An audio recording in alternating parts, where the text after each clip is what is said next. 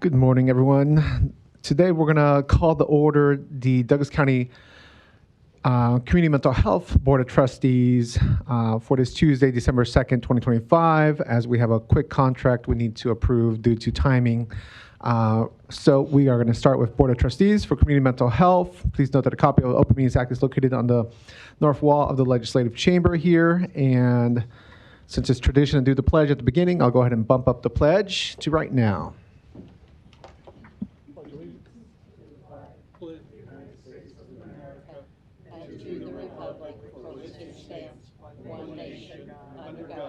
Indivisible, with liberty and justice for all.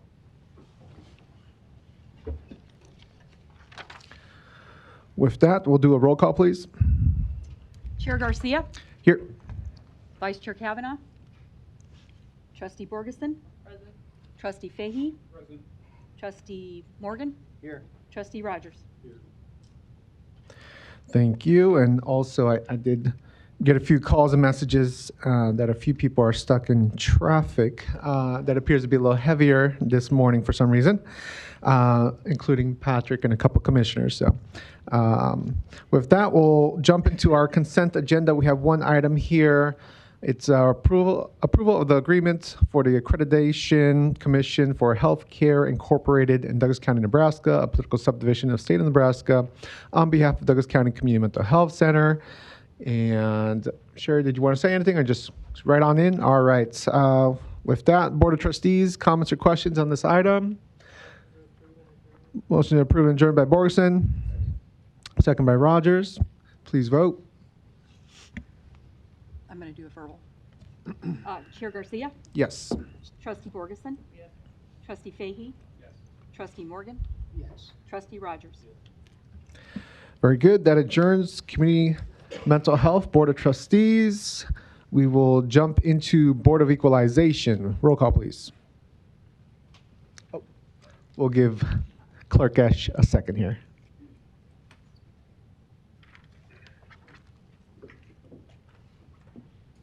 Thanks. Yeah.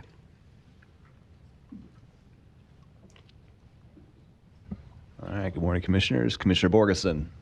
Commissioner Kavanaugh is absent. Commissioner Fahey. Here. Commissioner Friend is absent. Commissioner Morgan is right behind me, present. Commissioner Rogers. And Mr. Chair. Here. First item of business are items A and B. A being the approval of the minutes of the Board of Equalization meeting held Tuesday, November 18th, 2025. B is a call for a meeting and set Tuesday, December 9th, 2025 as date for hearing on certified assessment corrections reflecting the addition of amended property to the tax rolls or increased value on property. Do I have a motion, a second on both? Second. Motion by Rogers, second by Morgan. Please vote.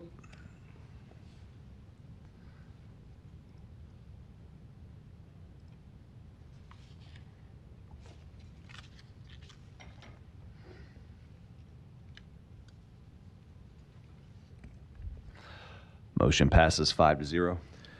Thank you. Before we get into resolutions, please note that the protest item, item H, is no longer being considered as that's been resolved by the complainants and the office that they were working with. So we are just going to be doing the resolutions, which are items C through G, which we can take a motion for, plus adjournment. That we'll still have a discussion, yeah. Can I would like to remove item 25176 under C, and with that removal, I would approve the rest of the items on the Board of Equalization agenda. Okay. So under C, 25176 will be removed. Everything else we will motion to approve as Rogers' his motion. Any second? Second. Second by Morgan, and that does not include adjournment because we'll have to talk about 2516. Okay, very good. I saw Assessor Goodwillie. Did you have a comment on any of these, Mr. Assessor? Mike Goodwillie, Douglas County Assessor, Register of Deeds. No, Commissioner, actually what I was going to do is kind of recap, but Commissioner Rogers has it right on the money. Okay. We have gotten a late application for the first item, Worshipful Prince Hall Grand Lodge. Process-wise, we have to deal with that application with a certain amount of notice, so you'll be seeing that recommendation on a future agenda. Got it. Okay. Very good. Any other comments or questions on any of the resolutions, C through G? If not, we'll vote on those minus 2516.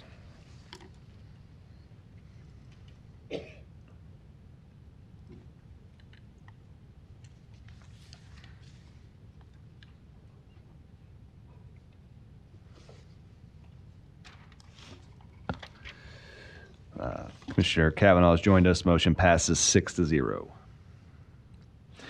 Very good. That leaves item C, specifically 2516, Worship Prince Hall Grand Lodge of Nebraska, which we just heard briefly about. Commissioner Rogers, anything else?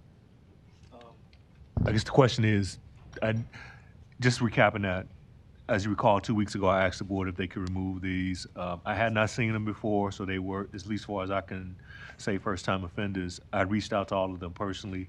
Mr. Goodwillie confirmed that only one application came back from Prince Hall. So I'm assuming by removing it for the denial when it comes back, we'll go through the process of asking for grace. And so, like he said, it'll come back, and I'd request they give them grace for the one-time Okay. late fee. So maybe just table it to the next meeting? Yes. Okay. And I just want to give the explanation now so we know. Very good. Next meeting is on December 9th, so, I'll move to adjourn. okay. Plus the tabling, right? Yes. Okay, so we'll table 2516 to the next meeting, December 9th, plus adjournment is the motion by Rogers. Any seconds? Second. Second by Morgan. Please vote. One moment, please.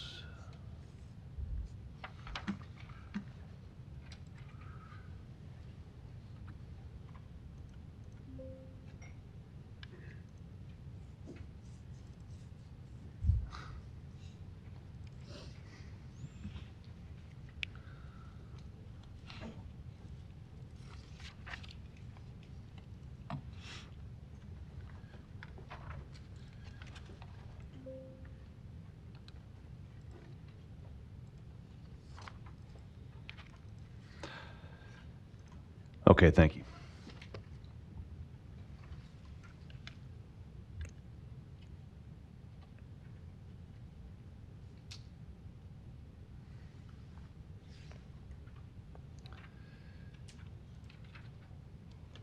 Motion passes 7-0. Commissioner Friend has joined us. Thank you. Now we will go into Douglas County Board of Commissioners meeting. Roll call. Commissioner Borgeson? Commissioner Kavanaugh? Commissioner Fahey? Commissioner Friend? Commissioner Morgan? Commissioner Rogers? Mr. Chair. Here. First item of business are items 1A and B. A being the approval of the minutes of the Board of Commissioners meeting held Tuesday, November 18th, 2025. And also B is the approval of claims submitted for payment process through Tuesday, December 2nd, 2025. Do I have a motion and a second for both? Second. Motion by Rogers, second by Morgan. Please vote.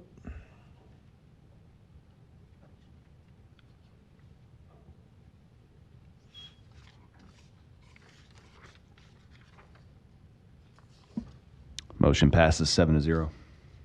Thank you. Next, we have our consent agenda, which are items A through M under consents. Do I have a motion and a second for discussion? Second. Motion by Rogers, second by Morgan. Are there any comments or questions on the consent agenda? Mr. Chair, I do have Yes. a couple. Okay, Mr. Clerk. All right, on Dan Esch, Douglas County Clerk, on item B, and Teresa can correct me if I'm wrong, but I believe on the signature pages, they say November instead of December, so we just want to change those to say December. Yes, that's correct. And then on 2K, I think everything's correct on item 2K. Just wanted to note on the agenda, it says youth adult court. It should just say adult court. And I think that's it. So. Okay. If I apologize, Dan, if I may, on the, on B, The notary also mentions, it calls us Lancaster, and I believe Ellen corrected that to Douglas as well. Okay. Yeah, because they want ink signatures and it notarized, so I think we're going to do that as well. Okay, we'll make note of those 3 technical corrections. Other comments or questions on consent agenda from board or public? Otherwise, we'll vote.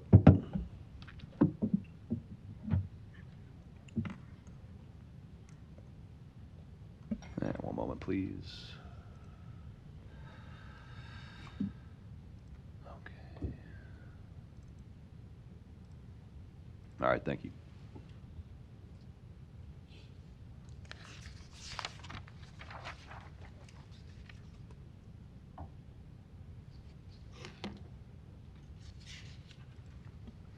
Motion passes 7-0. Thank you.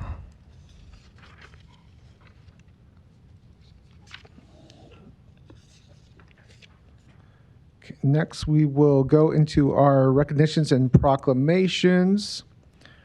Under 5A, we have 1 recognition of a county employee retirements for Val, and I may pronounce this incorrectly, but SED, T-S-E-D, who worked for the Douglas County Corrections Department for 27 years.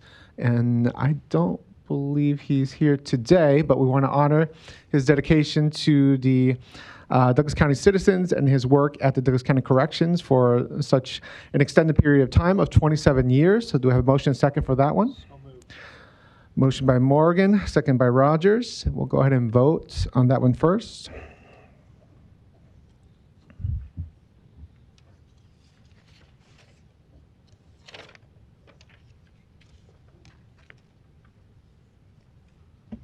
Motion passes 7-0.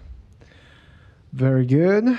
And next we have another recognition of somebody we're quite fond of and will be missing very soon. It's a recognizing Brian W. Cruz for 10 years as Douglas County Election Commissioner. And so we will get to that resolution here. Let me find it in my binder. If you want to make your way up, we'll give you a moment to also say some words, Commissioner Cruz. While you're looking, there isn't a chance to get laid over for a year. So. If I'll keep them, then yeah. Do you want me to go ahead? Yes, you can go ahead and kick us off if you want. Okay. Well, good morning and thank you. First of all, it's a little bittersweet, of course. It's been a good 10 years, 3 presidential elections. I'm going back to the profession I came from. So sometimes opportunities present themselves that you do not even know are going to be there. And so there was some talks before we came to an agreement. But ultimately, I decided that it was an opportunity that I should take. So, first, I'd just like to thank my parents. They came this morning. So Bill and Kathleen Cruz are here with me. Also, as a note, it's my mom's 75th birthday today. So happy birthday, Mom. 75 years young. So, some of the accomplishments that the staff and I have had since I have gotten there is some of these I'm sure some of us have forgotten about because they're just so ingrained now is we started the permanent early voting list. We now have half of the voters of Douglas County on that list, and half of the people vote by mail now. We've increased drop boxes. 77% of all early voting ballots are now returned by a drop box rather than the U.S. mail, and we encourage that because it's the most direct way from the voters to us, and it's very safe and secure. We got a new office. We were over on Davenport. Some of you remember that. So that was all thanks to many of you and some that have gone before us. Commissioner Boyle and Commissioner Kraft come to mind on that. 2020 and that primary was really kind of a watershed moment, I think, for myself, my staff, and for the safety, security, accuracy, and fairness of elections. If you remember, which you will, Chairman Garcia, in that primary between Mike Boyle and Mr. Garcia, it came down to 3 votes. And we did our recount. We had our new machines. We did our recount, and it also came down to three votes. So now we had a real life example and tangible to show that our people, our processes, our procedures were in place and that they were safe and secure. And you know, to the credit, the candidates had questions, but they did not question us. They believed in our process as well, so did the board. And so that really, I think, was a watershed moment for us to really be able to show how safe and secure elections really are and continue to be, and we've used that example over and over and over the years. We had the power outage when the squirrel knocked our power out the Friday before the 2020 election as well. As a result of that, in our new building, we are now wired up. Public Properties helped us do that, and again, the board, some COVID money, so we now have the ability to have a generator and power up the office if we need to in the event of a power outage. Of course, we had the pandemic in 2020 that we all remember. The pandemic was about St. Patrick's Day, and we had an election that May, about 6 or 8 weeks later. And we transitioned from in-person poll worker training to online training. We did all of our videos in-house. We did not have in-person voting in our office, but we never, ever locked our doors to the public one single day during that time because we had an election and democracy had to go on. We had about 87% voted early in that primary election, but 13% did go to the polling place, and our poll workers stepped up, and we managed to do it. One of the other big things was we maintain neighborhood polling places. You know, we usually have about 215 of those. During the pandemic, we were right about 200. I had seen what had happened in other big cities where they tried to use large convention centers and stuff like that. And I just said, if we're going to have an election with polling places, we're going to have neighborhood polling places, because I did not want to disenfranchise the voters. We waded our way through voter ID, and that's been extremely successful. And of course, we have the looming expansion now that we just got this fall, which will help, you know, for the voters and the staff. So I'd just like to say thank you to the board. You've been so incredibly supportive over the years, and we couldn't have done this without you. So thank you. The media's been good to our office. They've been really good at helping us get information out when we've needed it to. The staff's been amazing. My deputy is on his way, but he's trapped in the interstate. Oh, he's here, Chris. Chris was there before me, and he intends to fill out his 2-year term, the last 2 years, for consistency. You know, Chris and I have tried so hard to be nonpartisan and do things in public to really show we are nonpartisan.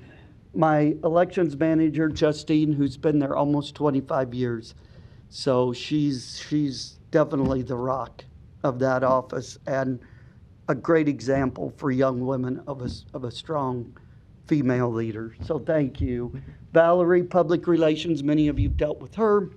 And then Brandon Olson, who volunteered during the pandemic to be a poll worker, then applied to be the poll worker coordinator and is now a manager at our office. And then all of the staff back at the office there today. So that's been an incredible staff. Obviously, the poll workers, 3,000 strong in a presidential year. And it's pretty cool when you think about our democracy, the 3,000 here and the hundreds of thousands. They are checking in early voting ballots and checking in people and helping them to vote when you know surely those people that are volunteering their time are voting differently and have different ideas than those they're helping to vote, but yet there's never an issue with them helping people vote fairly and freely.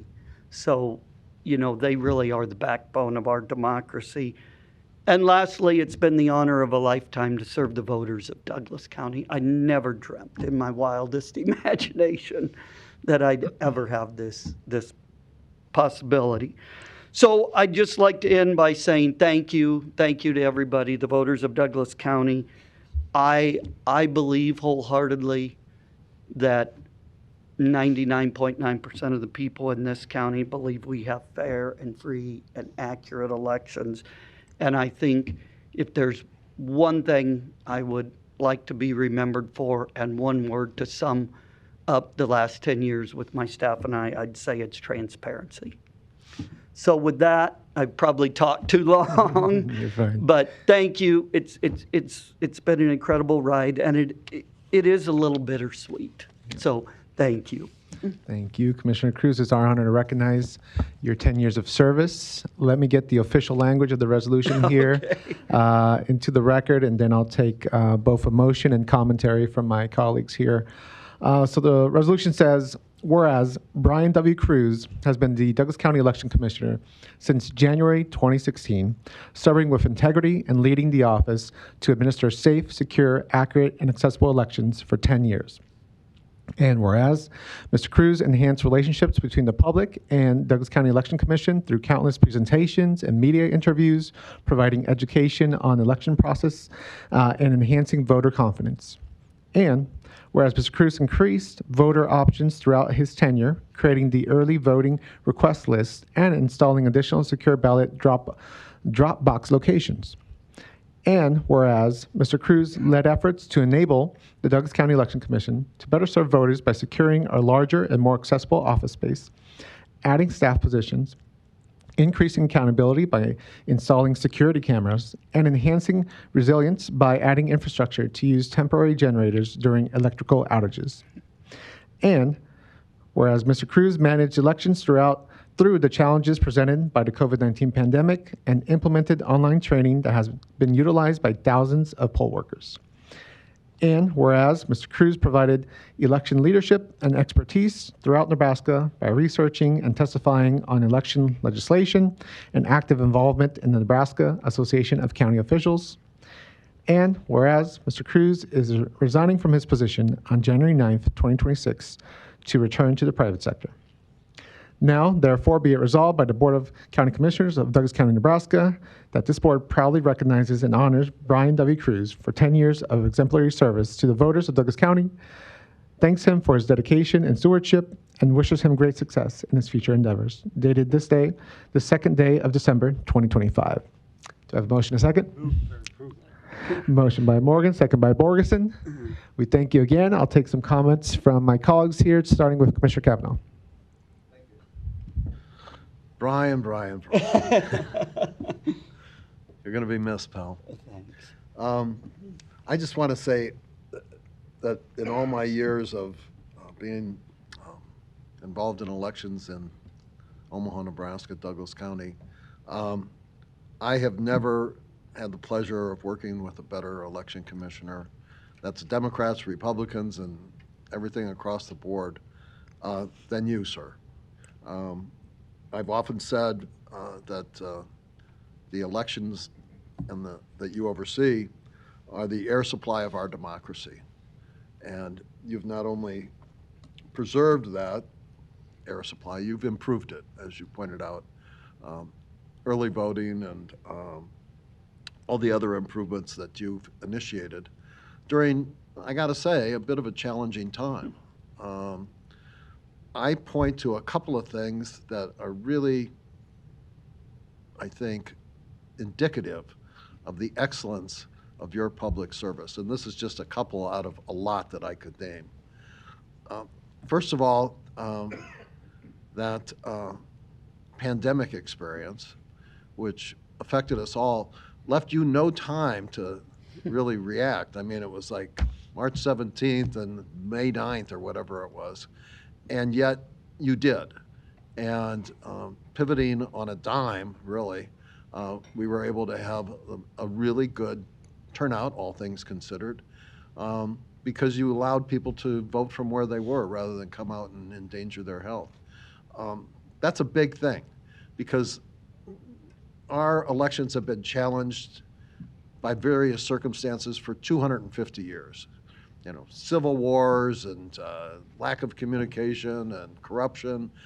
And yet we've come to this point where a fair and honest election can be had in the midst of a terrible pandemic, and life goes on. The other thing I would point to is, as you indicated, Commissioner Garcia's election with Commissioner Boyle. And I don't know what percentage of accuracy that would be, but it would be 99 point, a bunch of nines out to the wall to get to that percent of accuracy. And no question that it was accurate. I mean, it was well done. I've been through many, many recounts. I've never seen one done that well and that accurately. And it just goes to show that we have, as you've indicated, fair and accurate and transparent elections here, and we might set the national standard for that.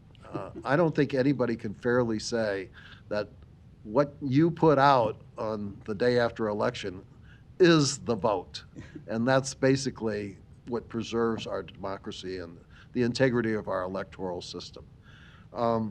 You're really going to be missed. You're going to be hard to replace, and I look forward to you prospering in a well-deserved transition to private life. You've done your part. You're a great example of a public servant.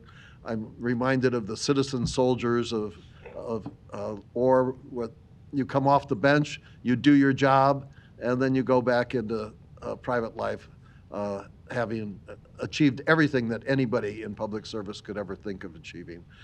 I'm a Democrat, you're a Republican. That has never made an ounce of difference in our relations. And that's the beauty of your civic contribution, I think. You've preserved this democracy, you're passing it on in good shape. You should be very, very proud, and your family should be very, very proud of you and what you've done. Thank you very much. Thank you for your kind words. Thank you. Let me go to Commissioner Friend. Thank you, Mr. Chair. So, Brian, the sliders and curveballs you and your team have faced, particularly recently from 2020 all the way up until now. I'm glad you didn't resign in 2021. I mean, I think a lot of people would have. Your strategic plans on the fly were pretty solid. I can also say this is probably part of the reason you're not an accountant, I don't think, but your attention to budget detail is pretty sound. When I get a call from Brian and it's budget season, I pretty much know he's going to have his, numbers lined up and all of his facts together. So I think we all appreciate that. Your focus is good. We appreciate that greatly. I was at Mass one day and Brian was the lector, and he when we got done, I caught him after Mass and I go, hey, and this was like I don't know, it was right after the pandemic, or I don't know, is the pandemic over? I don't even know. It was at a time when things were crazy. And I go, hey, are you enjoying yourself? And he smiled and said, it's all good, we're fine. I would have went into a 20-minute diatribe about how my life is terrible and my job is horrible, and he just smiled. I don't know, that inner peace, share some of that. I don't know how we get it. Brian, thanks for all the work. We appreciate it. Thank you. Thank you. Let me go to Commissioner Morgan. Well, Brian, I'd almost like it if your parents came up and stood beside you for this, because the only reason that you're able to accept and have these praises thrown out at you is because of the two parents that you have and what they taught you without even knowing they were probably teaching you to be such a really good person. I mean, you're special, and I really mean that most sincerely. And I thank you for the great team that you built at the election office and the people that worked with you. And you will be missed, and you left a tremendous mark. And I think whatever you choose to do, and I know you've chosen what you're going to be doing, you'll do the same kind of thing. Exceptional, excellent work. And you're so respectful and just appreciative. It really makes a difference. And I just want to thank you very much that we were lucky enough to have you for 10 years. Thank you. And I want to thank your parents. You can be, most proud of a great son. Thank you. We'll go to Commissioner Rogers. Brian, I think a lot's been said that can be. I just say I'd measure pound for pound if anybody's district gets more calls about the election commissioner than mine. And it is because of some historic reasons. But I guess few people can know that the situation when you came in with the previous election commissioner, there had been an inadvertent changing of polling places in the middle of the election, which had, my phone up in arms. We eventually got it solved, but the work that you probably did to rebuild that trust there with them, with some people that I trust there in the community, went a long way. And so, I can't say any more than anybody else has said. I greatly appreciated the fact that if I did get a call from somebody, I could trust the fact that you and Chris would deal with them fairly, and that you were always out in front of the crisis, and you knew where the hot buttons were, and gave us cover in that respect. So I guess that speaks to the fact of having a touch of sympathy in the mortuary business, which you can bring to the election profession. So with that, I wish you well and thank you for all the service over the 10 years. Thank you. Thank you. Let me go to Commissioner Fahey. Brian, thank you again. It's really been a pleasure to work with you, though I regret it was only for this year. I just wanted to tell you how much I appreciated that, the great job you and your team have done. I think it would be impressive in any era of our history, but we live in a time of diminishing, we might even say crumbling, trust in public institutions. So it is a great testament indeed to all of your terrific work. And I am doubly appreciative for you to make and to name your legacy as one of transparency, because that is, in fact, the only and always will be cure-all for lack of trust in public institutions. And I think all of us public servants from coast to coast would do well to make it our lodestar. So thank you. Thank you. We'll go to Commissioner Borgerson. Thank you, Mr. Chair, and thank you, Brian, for your service. And, Carol Prokoff and I were talking earlier this morning that being here for a while, we go back a ways with not only the staff that has shown their consistency, their dedication, their integrity. You've brought in that transparency that they also latched onto, and it's very comfortable walking into the election commissioner's office now, which, a lot of people think it can be intimidating, but you've made it very welcoming site. You and Chris have done an excellent job with the transparency issue, and voter education as well. People understand it much better than they did.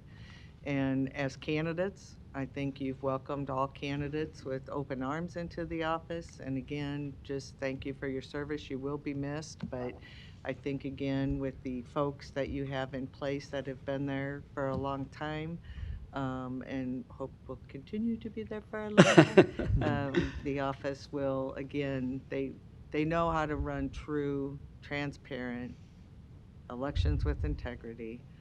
And I have and I've said it gazillion times, no issues, no worries about our elections because of the team that we have in place. And your leadership showed and proved that we have nothing to worry about. So thank you. Good luck. Thank you. Going back to the private sector. Don't be a Don't be a stranger once you leave. Yes, yes. But thank you again for your service. Thank you. And thank you all for your service. Commissioner Cruz, just briefly on my end, want to show appreciation that elevates the both your professionalism, but also the bipartisan team between you and Chris. I think is amazing to see that at work. For those that may not know, the larger counties have their election commissioner appointed by the governor. So he or she typically appoints somebody of the same party. But the statutes say that the deputy director has to be of a different party or the other party, so to speak. And so that makes it a bipartisan team. But just because it's in the statute doesn't mean they're going to work well together and they're going to have this synergy and, professional chemistry. But these two actually have worked really well together. They've been an amazing bipartisan team.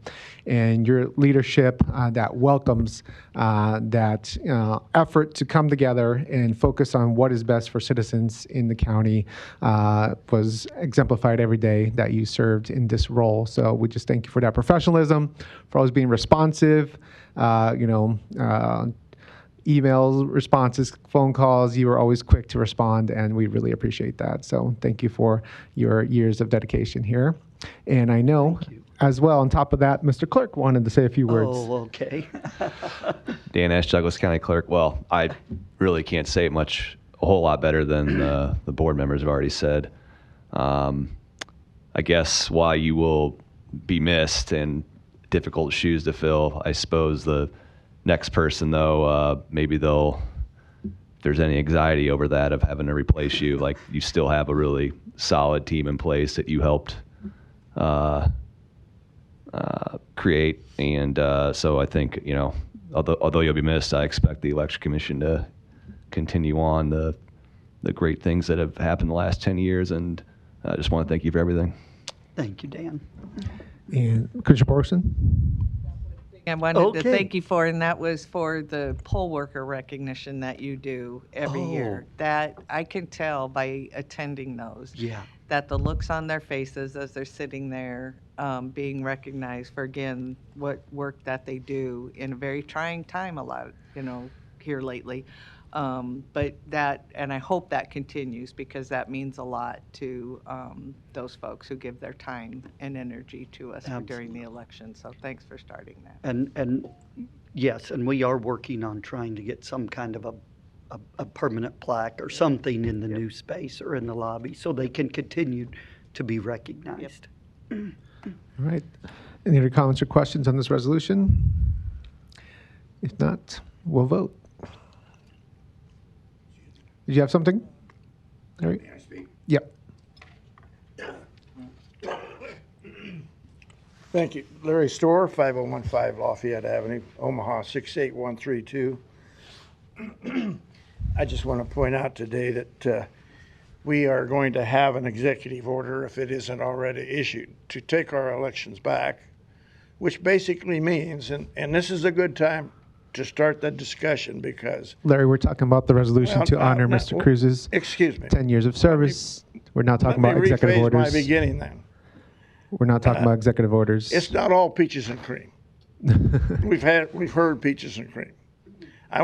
Another reason. When I was in the line to vote last time, this gentleman spying on us from inside came out to the line, looked for me, and took my hat from me.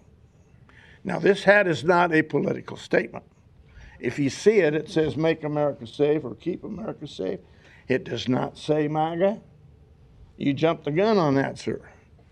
Then, as I went in the door, guess what? Just right inside the door, the League of Women Voters. They are a national organization. They are not nonpartisan. Okay? You can disagree with that, but they are not nonpartisan, but just inside the door. But I couldn't go in there with my hat. That's not all peaches and cream. Now, I do want to defend him in one way, that he takes orders from the Secretary of State. The Secretary of State refuses to answer questions about elections Okay. many times by many people. He takes orders from the Secretary of State, so it's not all his fault. But it is his fault for helping to take elections away from what it was intended to be, which is in the precinct with hand counting, no machines, et cetera, et cetera, et cetera. Now, it's a great time to open that discussion as a county board where it should be before we hire a new one, commissioner, to set the stage back to where it's supposed to be. You might as well get on board because the president's going to do it. So let's have that discussion as a county board, as it's intended with the citizens, not just a whitewash of what somebody says that has power that I don't have. I'm supposed to have the power in this room, not you or not him. This is where the citizen's supposed to have the power. So let's put it back there. Precincts, no machines, hand counting, et cetera, et cetera, et cetera. Thank you. All right. For context, state statute does not allow political symbols or clothing in election voting areas, hence the removal of the hat. All right, with that, we are very happy to vote on this resolution and honor you, Commissioner Cruz. And so we'll take a vote.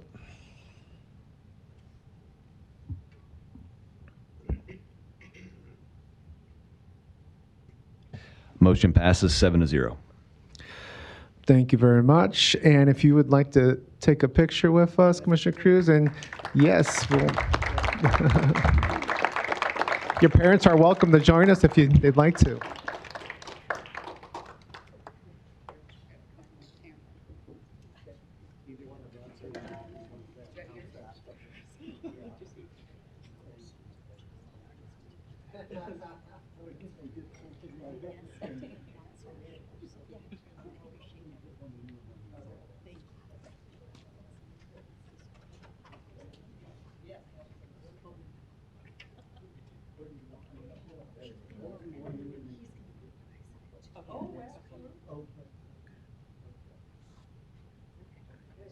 Carol,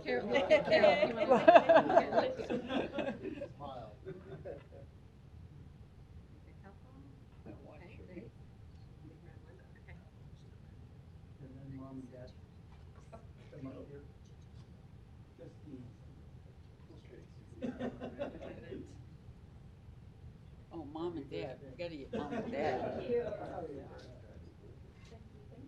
What an amazing way to celebrate, guys. Yeah, yeah, very proud. Thank you. We're gonna miss out on getting all those good photos.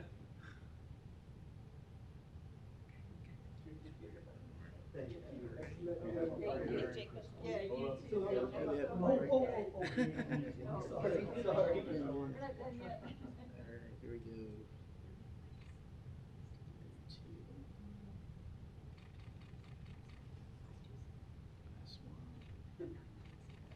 Good. Thank you. Thank you guys for your support for him. Yeah. Thank you. Thank you. Yeah.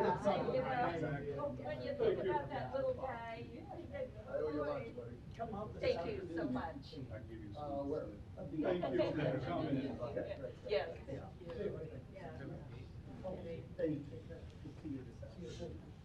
Brian, take care, buddy. See you. Yeah. On consent? Okay.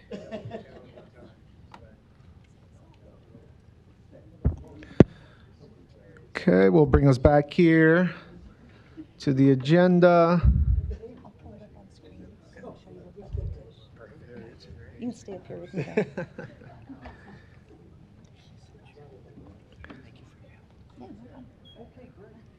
All right, we're going to bring it back.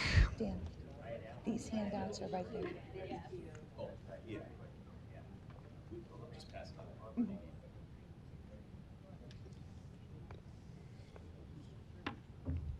All right, before we get to our presentation, Mr. Clerk had a quick comment on the consent agenda. No, thanks, Mr. Chair. I just wanted to correct, so we don't need a revote or anything, but I misspoke earlier on item 2K. I believe I said the word youth needed to be stricken. It just needed to be changed to young adult court. I think I just said it had to say adult court, but it should have, the agenda should have said young adult court. But the a resolution in the backup documentation was all correct, so that we don't need to revote. I just wanted to state my correction. So thank you. Got it.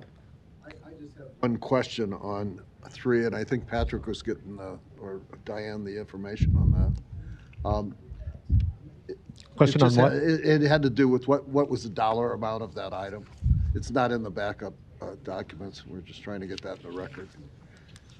Okay. This is an annual salary adjustment for basically non-union employees. Oh, we're not there yet, Commissioner Kavanaugh. It's still forthcoming on the agenda. Okay, I just wanted to make sure that we're there now, aren't we? No. We got a couple presentations first. We're Oh, on. I'm sorry. On the agenda, it's the next thing. No. We just completed section 5 for recognitions. Now we are in section 6, presentations. And we have one listed here, a presentation regarding the importance of the county's general assistance department and the homeless system in Douglas County. So we'll get to that. Jason, I know, is He's right here. Very good. And this presentation has been tabled twice. So Jason, thank you for your patience with the process here. We'll get you set up.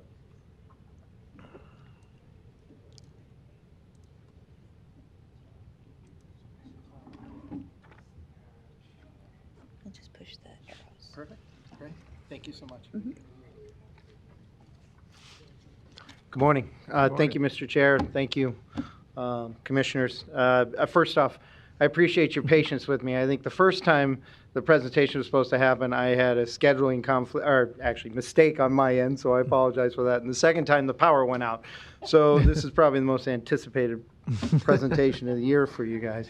Wanted to have a moment to talk with you guys about kind of the work that we're doing as a COC and work we're trying to address with our homeless population in our community.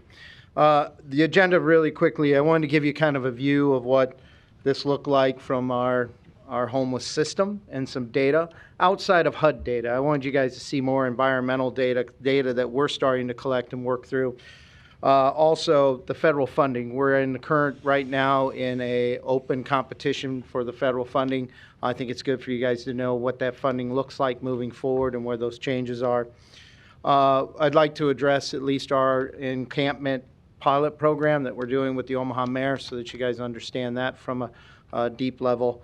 And then a couple of our, what we think are next level strategies, which is FUSE, which is frequent users, systems engagement, and then our partnership with Douglas County General Assistance, which we think is just super vital to the future of what we're doing and how we address homelessness. So without any further, I don't think I said for the record, Jason Feldhaus, Executive Director of Threshold COC. It's an opportunity to have a quick conversation with you guys. Let's see if I can get to the next one here. One thing I think it's really important for you guys to understand about our homeless numbers are they are going up. Nationally, they're going up. They're going up everywhere across our country. But one thing I think that's really important for us to understand is that we've started looking at from a census data perspective as well as an overall population. And the success of our city, as we continue to grow as a city, our population of homelessness and individuals coming into our system accessing services goes up. But we're right now not on both sides. This isn't anything rosy, but it's also not a crisis. As we grow as a city, our population of homelessness grows at about 0.079%. So you're seeing that a population growth of just short of 1% our city year over year. Our homeless system grows at about 0.079% year over year. The big change is on the far right where you're seeing our homeless unsheltered. We're seeing a drastic change in our homeless system. We're seeing a drastic change in the needs of individuals who are experiencing homelessness and the way our current system is designed to address those issues.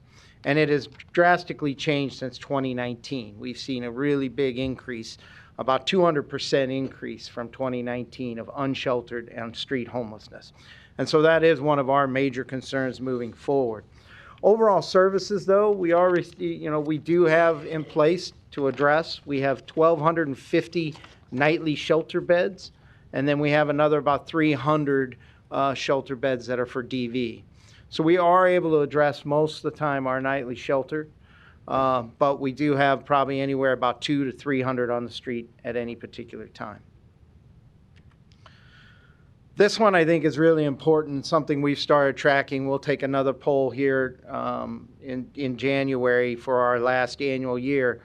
But what we've seen is our chronic homelessness just continue to rise, and our senior and fixed income are not keeping up with the cost to stay housed.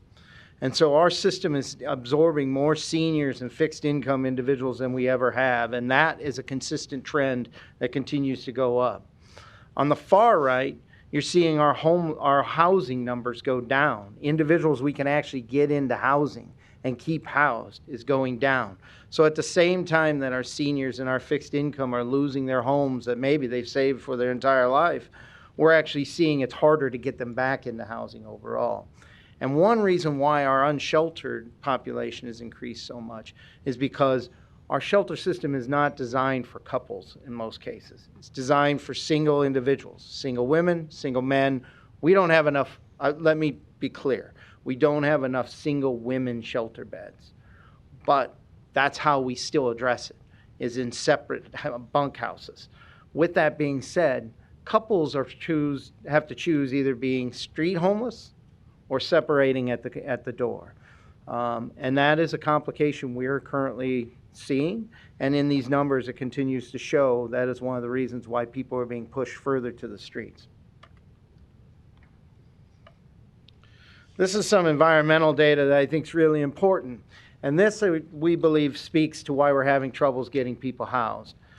The vacancy rate in the Omaha area is about 5.9%, and in one data point we saw was that we're about the 7th most competitive rental market in the country. And we're the 52nd or so largest metro area in the country. In addition to that, over the last 5 years, we've seen rent go up 22.6%. And I think that's a pretty conservative estimate. We've seen it up to anywhere around 27%. So anywhere between 21 and 27% increase in rental costs. We've watched studio apartments go from about $550 a month around the beginning of the pandemic to about $950 to $1,000 a month. We all know consumer inflation is added on top of that. That continues to rise and continue to go up. And then our rent burdened in our community is at about 46.6%, which means an individual is considered rent burdened when they spend over 30% of their take-home pay on housing costs. That in some cases has stayed fairly level. But it is definitely a concern for us because those are the individuals that are most likely to be on the verge of entering homelessness. And in particular, if they're not homeowners and they are fixed income or elderly, they are headed our way. The other thing that we've also seen is that about 5% of evictions lead to direct entry into the homeless system. But what we have seen is individuals that are coming out of any kind of public housing, doesn't matter if it's Iowa or Nebraska, are about 3 times more likely to end up in the homeless system. What we've seen is the eviction nature is that there are a lot of resources those individuals have most of the time, and they can couple together and stay housed unless they are already in drastic economic outcome and they are eligible for public housing, they are more likely to come see us. This leads us into kind of our federal funding. Last year, we received $7.1 million as a community from the federal government, from HUD. Most of those dollars go into already supported and fixated programs.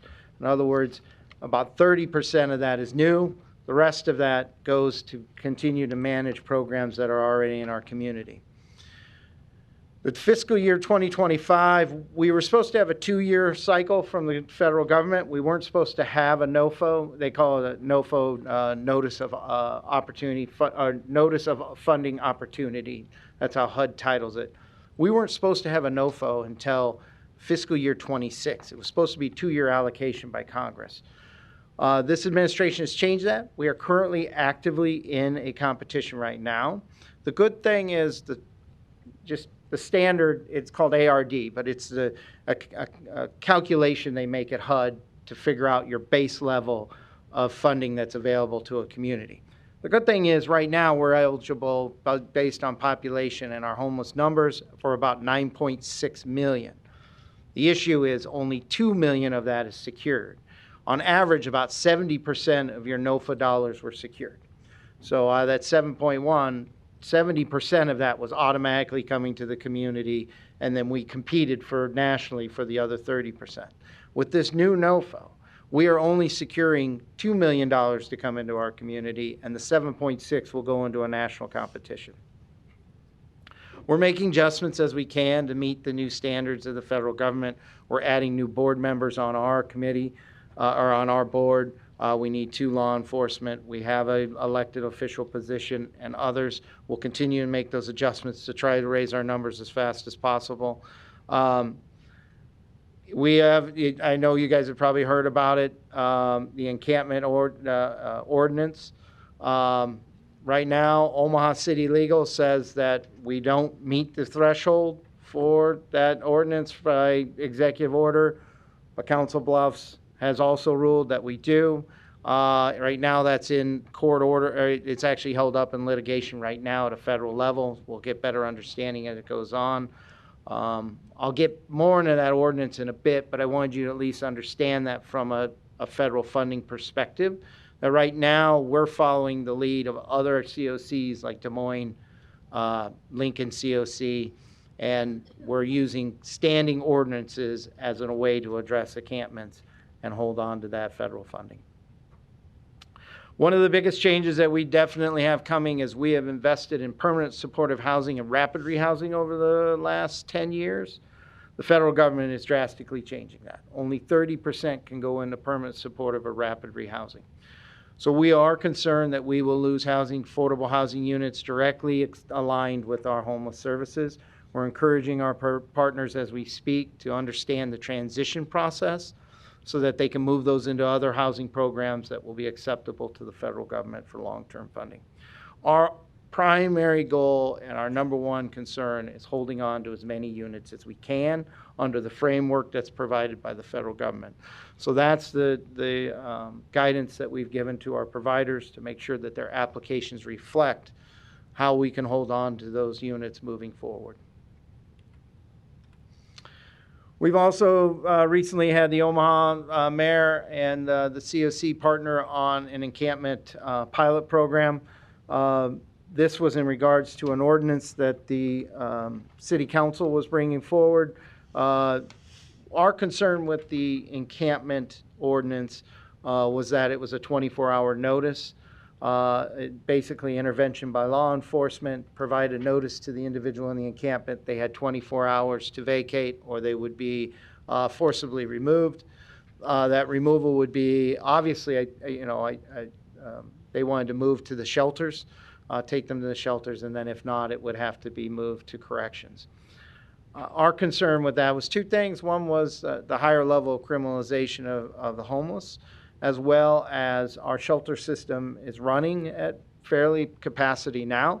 So we felt that the option to taking people to shelter probably wasn't going to yield the result that we were looking for. Individuals would return to the street and then we would have them in corrections.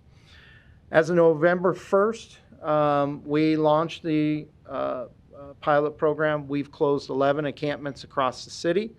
The city gives a 10-day notice. We do not, the COC does not close, or our providers do not close the encampments. The city goes and actually delivers a notice of closure, dependent on their own assessment, whether that's 7 or 10 days. Right now, we've used the 10-day notice. After that, we have increased our commitment to visiting those encampments. We're visiting them every day over those 10-day period of time. encouraging people to find other housing options, making sure we secure their valuables, make sure any of their documentation is secure and safe, and we have worked out storage facility at Sienna Francis for that. In addition, our shelter providers have looked at what adjustments they can make at close to capacity or capacity, but we are looking at where we can find room in the shelters. One thing we've noticed, we just finished our first 30-day run. The notices have actually changed the environment on the street fairly quickly. So the last few encampments that we have closed have not lasted until 10 days. We continue to show up there, but most individuals have vacated that property prior to the 10-day notice. We have not had any issues with any kind of vacating either, so there was no need for police intervention at the 10-day notice. Even the ones that lasted until 10-day, people left very willingly under, good conditions. It is still a struggle. We're still trying. What we're seeing is that this is city property, by the way, too. I think it's really important to understand that this is city property. The city is on with the contract with contractors to clean up the sites. So we do not provide the cleaning either. The city does. We are seeing that there's still quite a few encampments on private property, and we're working with the city as well as Union Pacific and others to figure out how we have access to those encampments. The cleanup those is a different situation that we have not been able to come to a solution yet. Fuse is what we think is the future for our community. It's frequent users of systems engagement. I'm really pleased to announce to the board here that we're working directly with Douglas County Corrections. We should have a data report here in the middle of this month that is showing that individuals that are in corrections and come in and out of corrections and we will tie them back to the homeless system. And we're also working with the medical system. It's a little more complicated on that end to get access to that data because of HIPAA controls and things like that. But what we would like to see is we believe there's the operating theory is that there is a group of individuals in our community that are in and out of those three systems. They're either in our ERs, they're either in our corrections, or in our homeless system. We'd like, and we believe we'll eventually get those names, identify those 200 to 300 people, and our goal is to find them permanent housing wrapped around with services and supports while they're in that housing. We're working with the City of Omaha to look at how we can long-term invest in that process, find a way to subsidize those properties, at least those apartments or rental facilities or facility-based positions, and then build out the supportive services around them.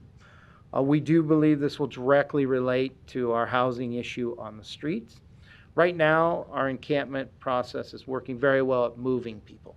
And that's its first and primary goal, is to move people, get encampments cleaned up, and hopefully find other options for people to be housed. We're hoping that long-term strategies like this actually give us direct-to-housing opportunities. Other great partners in this is also Region 6.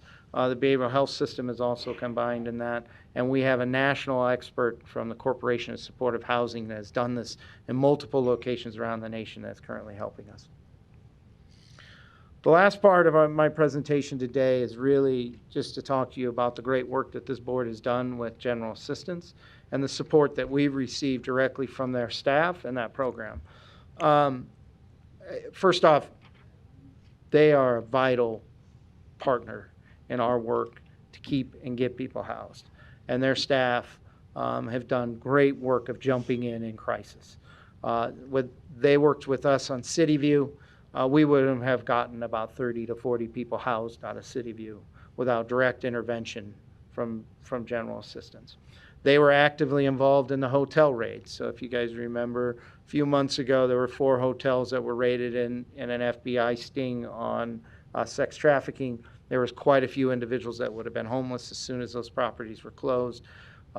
Great partnership with general assistance to make sure that those individuals who did not qualify for other programs, many of them qualified for sex offender, victims of sex offenders and trafficking programs, they received those services. But anybody who didn't qualify for that, general assistance was right there to help us. They are a direct partner with Sienna Francis and some of our largest shelters, making sure that individuals who can come out of those systems and out of our shelters have a place to go and stay with some kind of subsidized and secured housing. Enormously important. It is even more important today probably than it was a few months ago. In September 30th of this year, the last COVID funds have wrapped up. Threshold COC gave out $120 million in rental and utilities assistance across the county, mainly in the city of Omaha, to help people stay housed. We no longer have access to those funds or anything near those funds.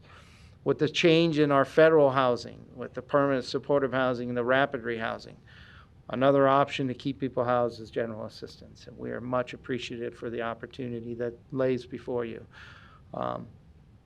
We are continue to look at ways that we can subsidize this.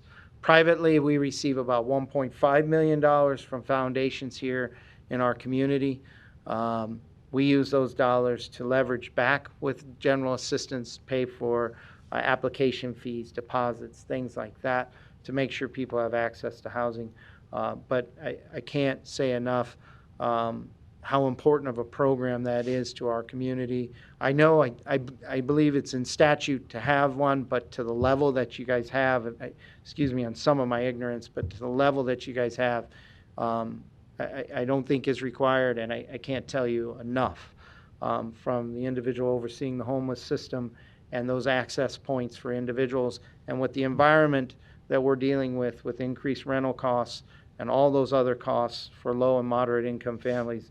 It is becoming one of our only lifelines that we have, and I just am appreciative to have it at any level, but at its current level is an extraordinary program for our community. I went through a lot of that pretty fast. I'm really here for questions, but I wanted to give you an overview and a chance to have a conversation about what we see and where we see things headed. Thank you so much for that presentation. We'll go ahead and jump into conversation here, starting with Commissioner Kavanaugh.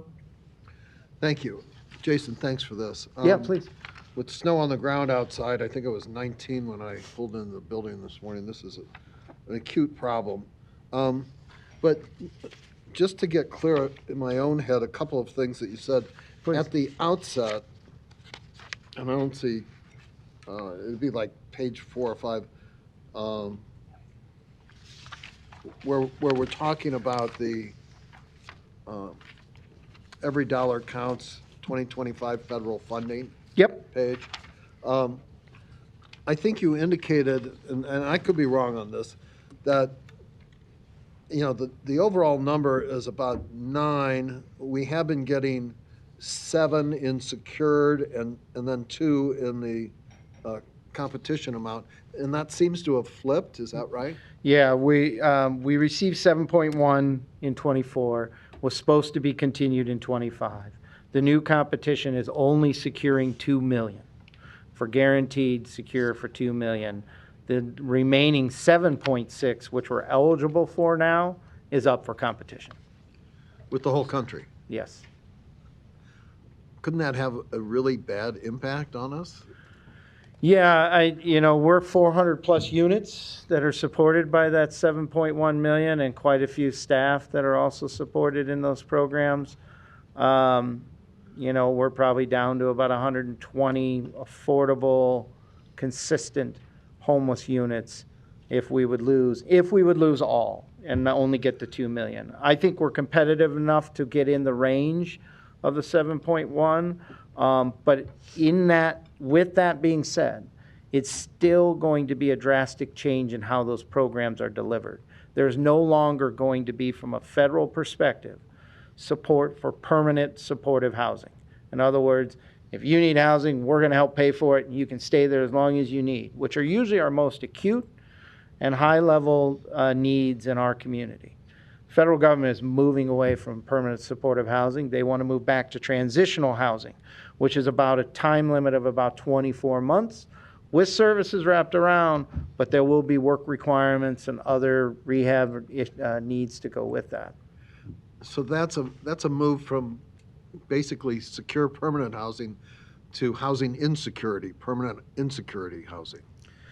I mean, if you're competing on this on an annual basis, you can't make any long-term plans. Right? Yeah, it's much more complicated to make those long-term. I think you indicated in here too that they've eliminated entirely rent support.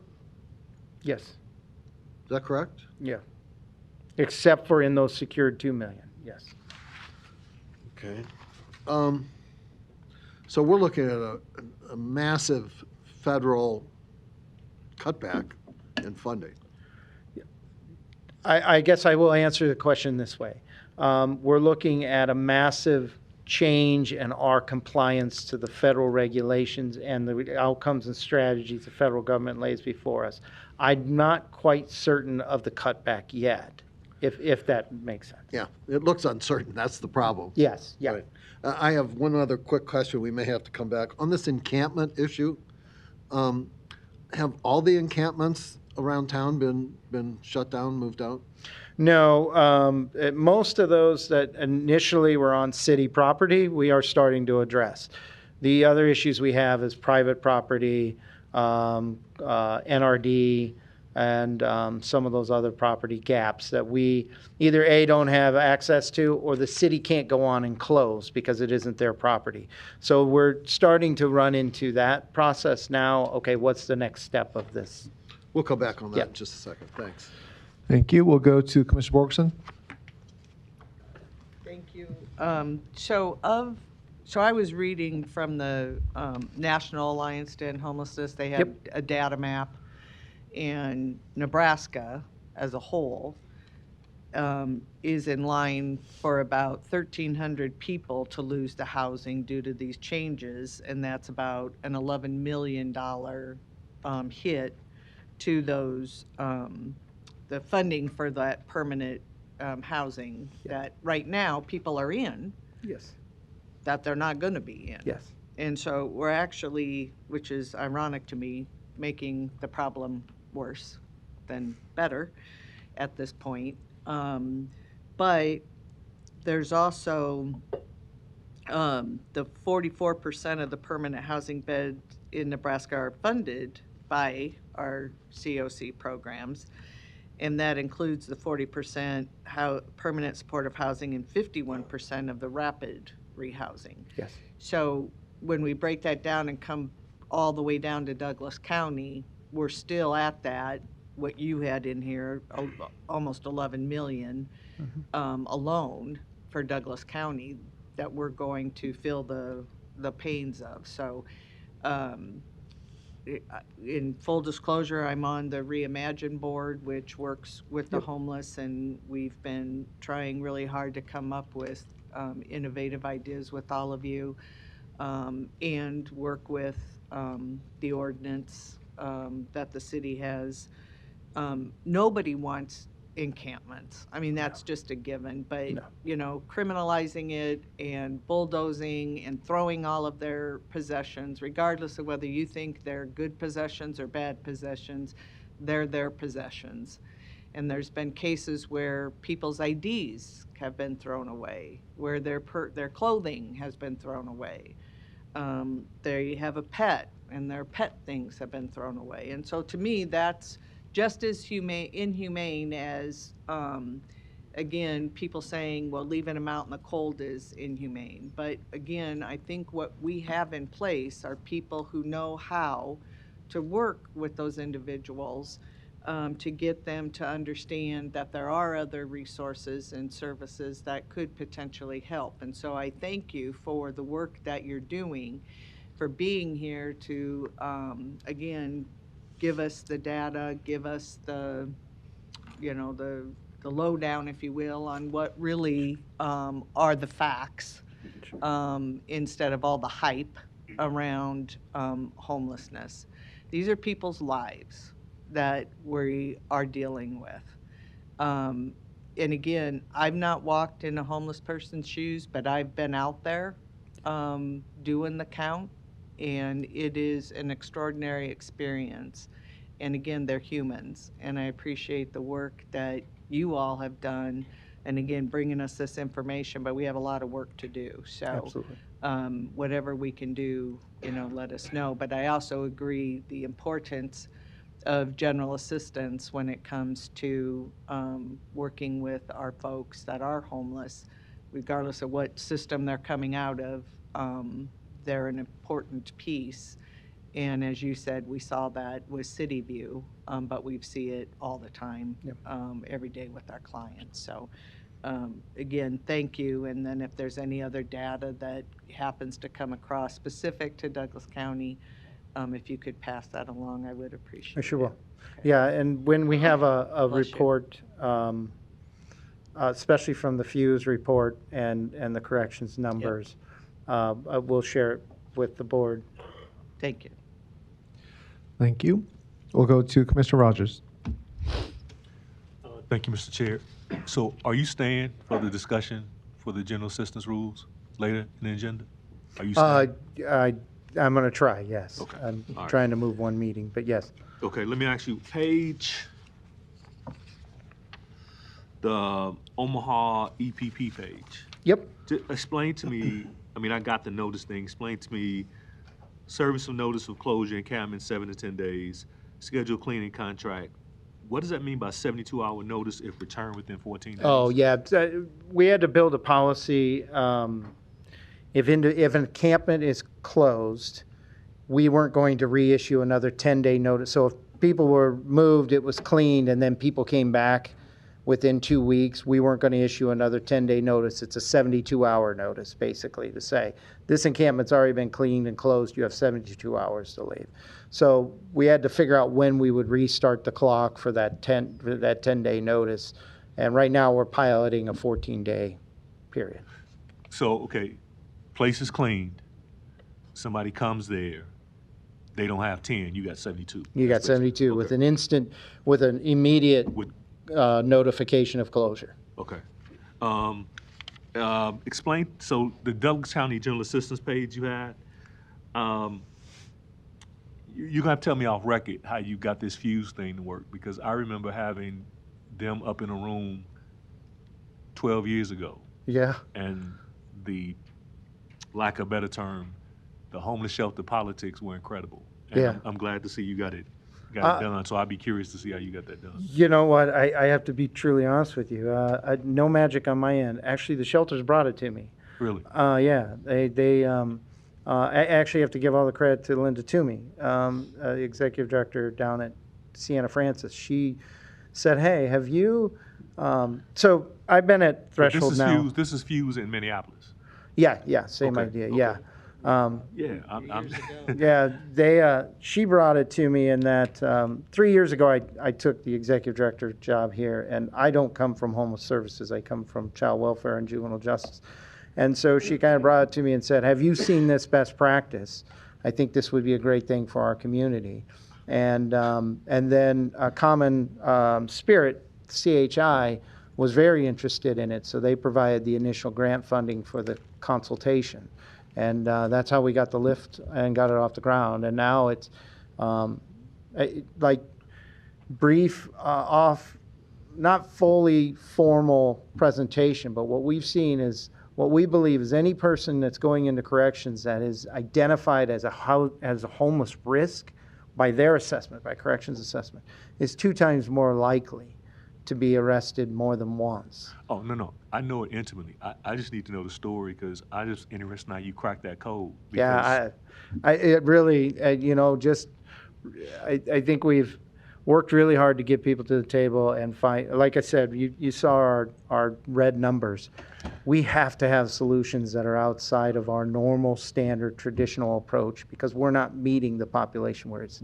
So, lastly, with time, on the bottom of the general assistance page, explain to me how you see this match thing would work.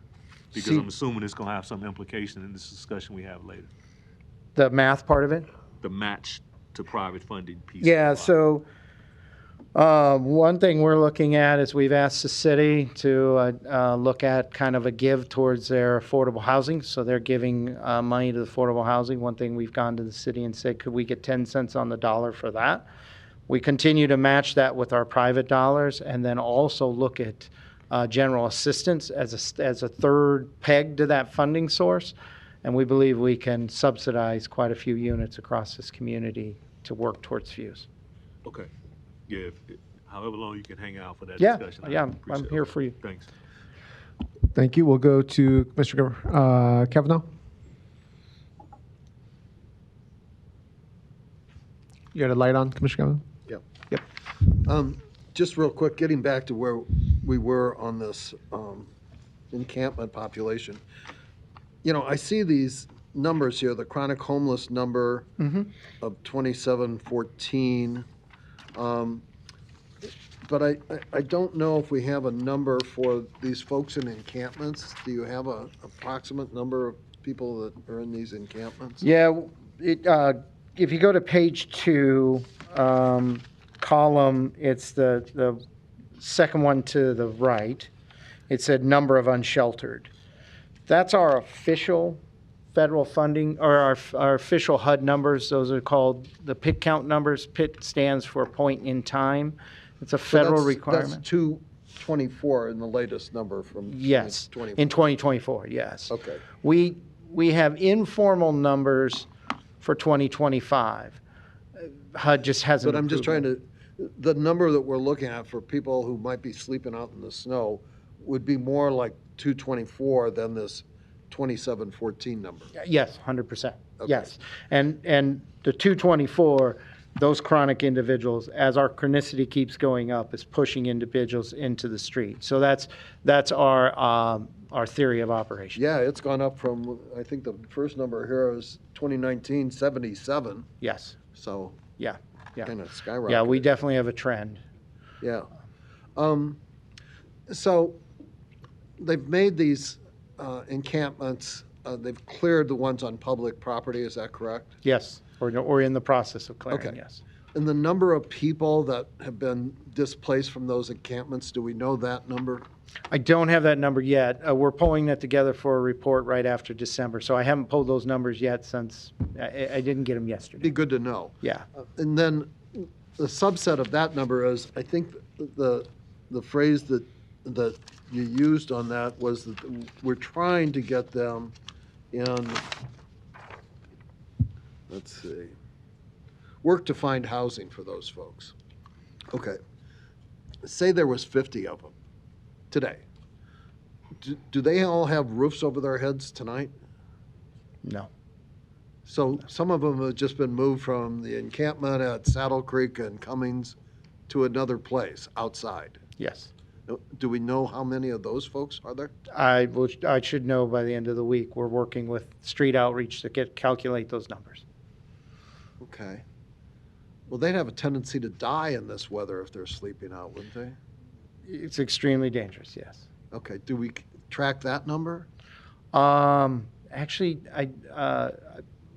well, I mean, can I ask a question? To clarify it. Homeless person that shows up at the morgue, I guess. Would be Yes, we do know how many people die a year. And do we have since this has started, do we have an idea of anybody die? No one has passed away since we've started this in Highland. Well, that's good. But going forward, that would be a real important number to keep track of. Yeah. And there have been people displaced that you have found places for them to be in, Yes. right? Yes. What are those places, basically? Several have gone to shelters. We know of some individuals that have utilized a network that they weren't utilizing. So, okay, I guess I need to go to an actual quote from one individual was, I guess I need to go to my sister's. Some people have actually moved out of town, so went back home. I'd be most concerned about them just because, it's 19 degrees out and there's snow on the ground, and working with you on that. So let's contact after the meeting and see what we can that'd be do great. on that. That's cute, yeah. Thanks. Thanks for the good work you do. Thank you. Thank you. Other comments or questions on the presentation? If not, you have something? Anything else? You might want to stay close, Chase. Go ahead, Larry. Can I speak? Yes. Your mic needs adjusting or something. All right. My ears too. Larry Store, 5015 Lafayette Avenue, 68132. I live in the Dundee area, but I monitor almost every day, sometimes more than one day, parts of the Dundee and the Walnut Hill area. And I've never heard anybody talk about the homeless situation in those two districts right around between Cummings Street, Hamilton Street, 50th Street, and 45th Street. A big problem. I'd be happy to take you on an ollie trolley tour of that area and show you what I'm talking about. But the homeless people in that area, and there must be different levels of homeless, breaking into houses. Some of those houses have been burned down. They finally tore one down, the city did. But in both sides of the Northwest Radio Highway, not just one area, a large area. But they also breaking into other vacant houses. You can drive through there and see all the boarded up windows. Apartment buildings that are destroyed, windows boarded up, because these homeless people are breaking into things all around. And also into people's trash cans, residents' trash cans, and leaving a mess on the streets. Now the city apparently has finally started taking a hand on that situation, but not for a long, long time. You could go down Cummings Street to where it goes north, and the encampment was there for God knows how long. And then they finally started clearing that out every day, but they come back, clear it out every day. Well, now all of a sudden they don't come back. So did they lock them up or what? But we've got another problem in that area, and it needs to be looked into. There's, like I say, different levels of homeless. However, if you look at those apartment buildings on the west side of the radio, very run down. Well, guess what? They're maybe not all homeless. There may be a lot of refugees, particularly from Sudan. And some of those refugees are coming across the radio and hanging out in some of those encampments, hanging out in front of the doorway of the Mega Saver, and it's a safety hazard. It's a threat to the public. It's a threat to the employees of that building, that ownership. I have talked with some of the manager there, and I have observed this for a long time. I didn't bring my phone. I've got probably 40 or 50 photos I could show you. It needs to be talked about. It needs to be stopped. But as I started watching who is still now hanging out and causing a problem, it appears to be mostly, black population for probably across the street. They're coming over there to hang out. Maybe they go back to their apartment. But they're hanging out in front of the public pathways, clogging up the pathways, the doors, and the pumps. It is the city property. Every property in this town belongs to the city and the county. None of it is private property. We expect you to protect the public, city and county. So that needs to be talked about. It needs to be cleaned up. And one of the things that needs to be talked about is this part of the city's plan for development? Because you can look at the area is now pretty blighted, but they're developing places that have a lot better shape than that area. So they're not telling us something there. It needs to be discussed openly. Thank you. Thank you.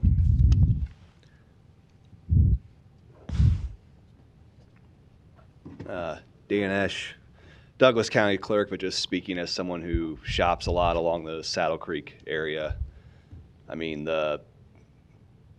I disagree with the description of the population. It's all walks of life. So I don't know why. Anyway, that comment really irritated me because I'm up there weekly, and there's all sorts of people struggling, hanging out along that street. So I personally don't feel like it's any one sort of demographic other than just all sorts of people having trouble right now, and that seems to be an area of town where A lot of folks are, I mean, I don't disagree that there are a lot of folks that appear to be unhoused that are, you know, along Saddle Creek, but it irritated me that the last speaker seemed to just chose to highlight one demographic of the population. I've noticed people of all walks of life along there, so thank you. Thank you. Comments? Luis Humanis, 2709 Dewey Avenue. Good morning, Commissioners. Morning. Nice to see you. I don't think there's any encampments along Saddle Creek. They're elsewhere.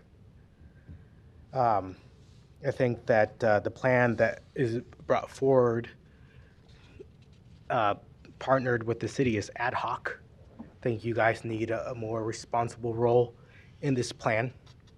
And I've been telling you about that for a long time since I've been coming here, because you just go over there at the catwalk, okay? Commissioners over there, city council's over there, mayor's office is up there. So if you can get something together that is impactful, it will be transformational. One thing that when the ordinance was brought forward about the encampment, that it was going to criminalize homelessness or whatever. You know, there's a whole bunch of laws in the books. And the thing is that police have, or law enforcement have discretion. And they're just not going to throw somebody in the slammer just because they're in, they have a tent out or whatever. So I think that the police, law enforcement have a role to play, especially when, my God, it's cold out there, somebody's out there, they want help, the police are going to take them somewhere to be safe.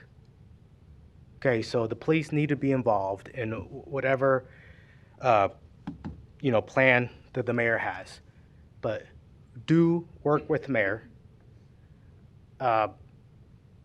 I think that the last decade anyway, there was some sort of misunderstanding that the city was going to deal with homelessness, and you guys were going to deal with general assistance. You should be dealing with general assistance, population, and homelessness. That's your purview, and the city can supplement that. So I think there's some 10 cents to the dollar that there was talked about. I think that the development that's happening, if there's not affordable housing in a development, then each unit should be assessed $10,000 because to go to the city coffers to support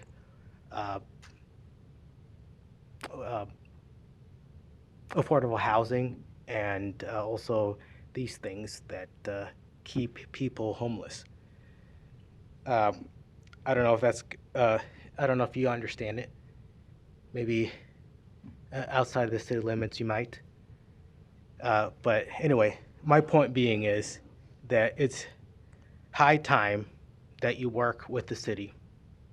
And I watched the debate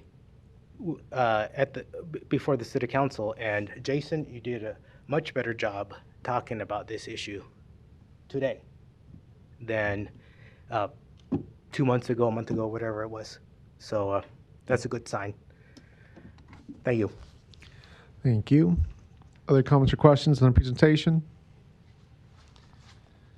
If not, we'll go ahead and conclude. Thank you so much, Jason, again for coming by, and third time was a charm to get it presented. So thank you again.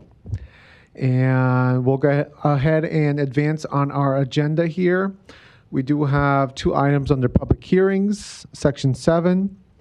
We'll tackle item A first, which is a public hearing for Class C license for the Chef Around the Block, LLC, DBA The Block Culinarium, at the address presented on the final agenda, with manager application for Daniel Benigno. I will go ahead and open the public hearing for this item.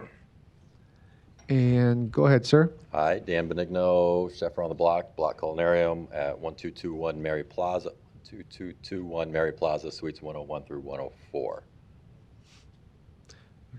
Very What's good. Thank you for being here. There may or may not be questions. Any questions or comments during this public hearing from board or from public? If not, I will go ahead and close the public hearing. What is the will of the board? Motion to approve by Borgeson, second by Friend. Please vote.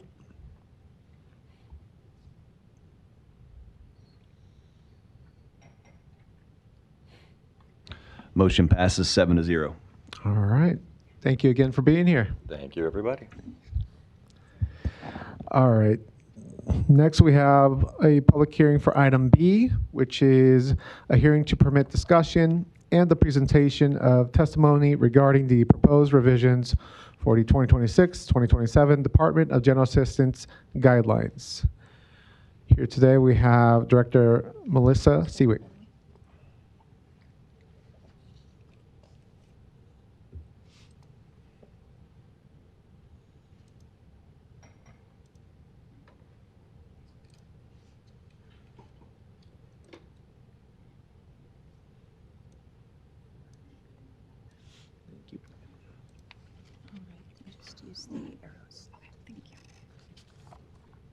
Good morning, Commissioners. Morning. Melissa Seawick, Director of General Assistance. This morning, I'm going to provide a brief overview of our program, looking at the mandate, the types of assistance we provide, some overall statistics on our program, and then the proposals before you for our 26-27 guidelines.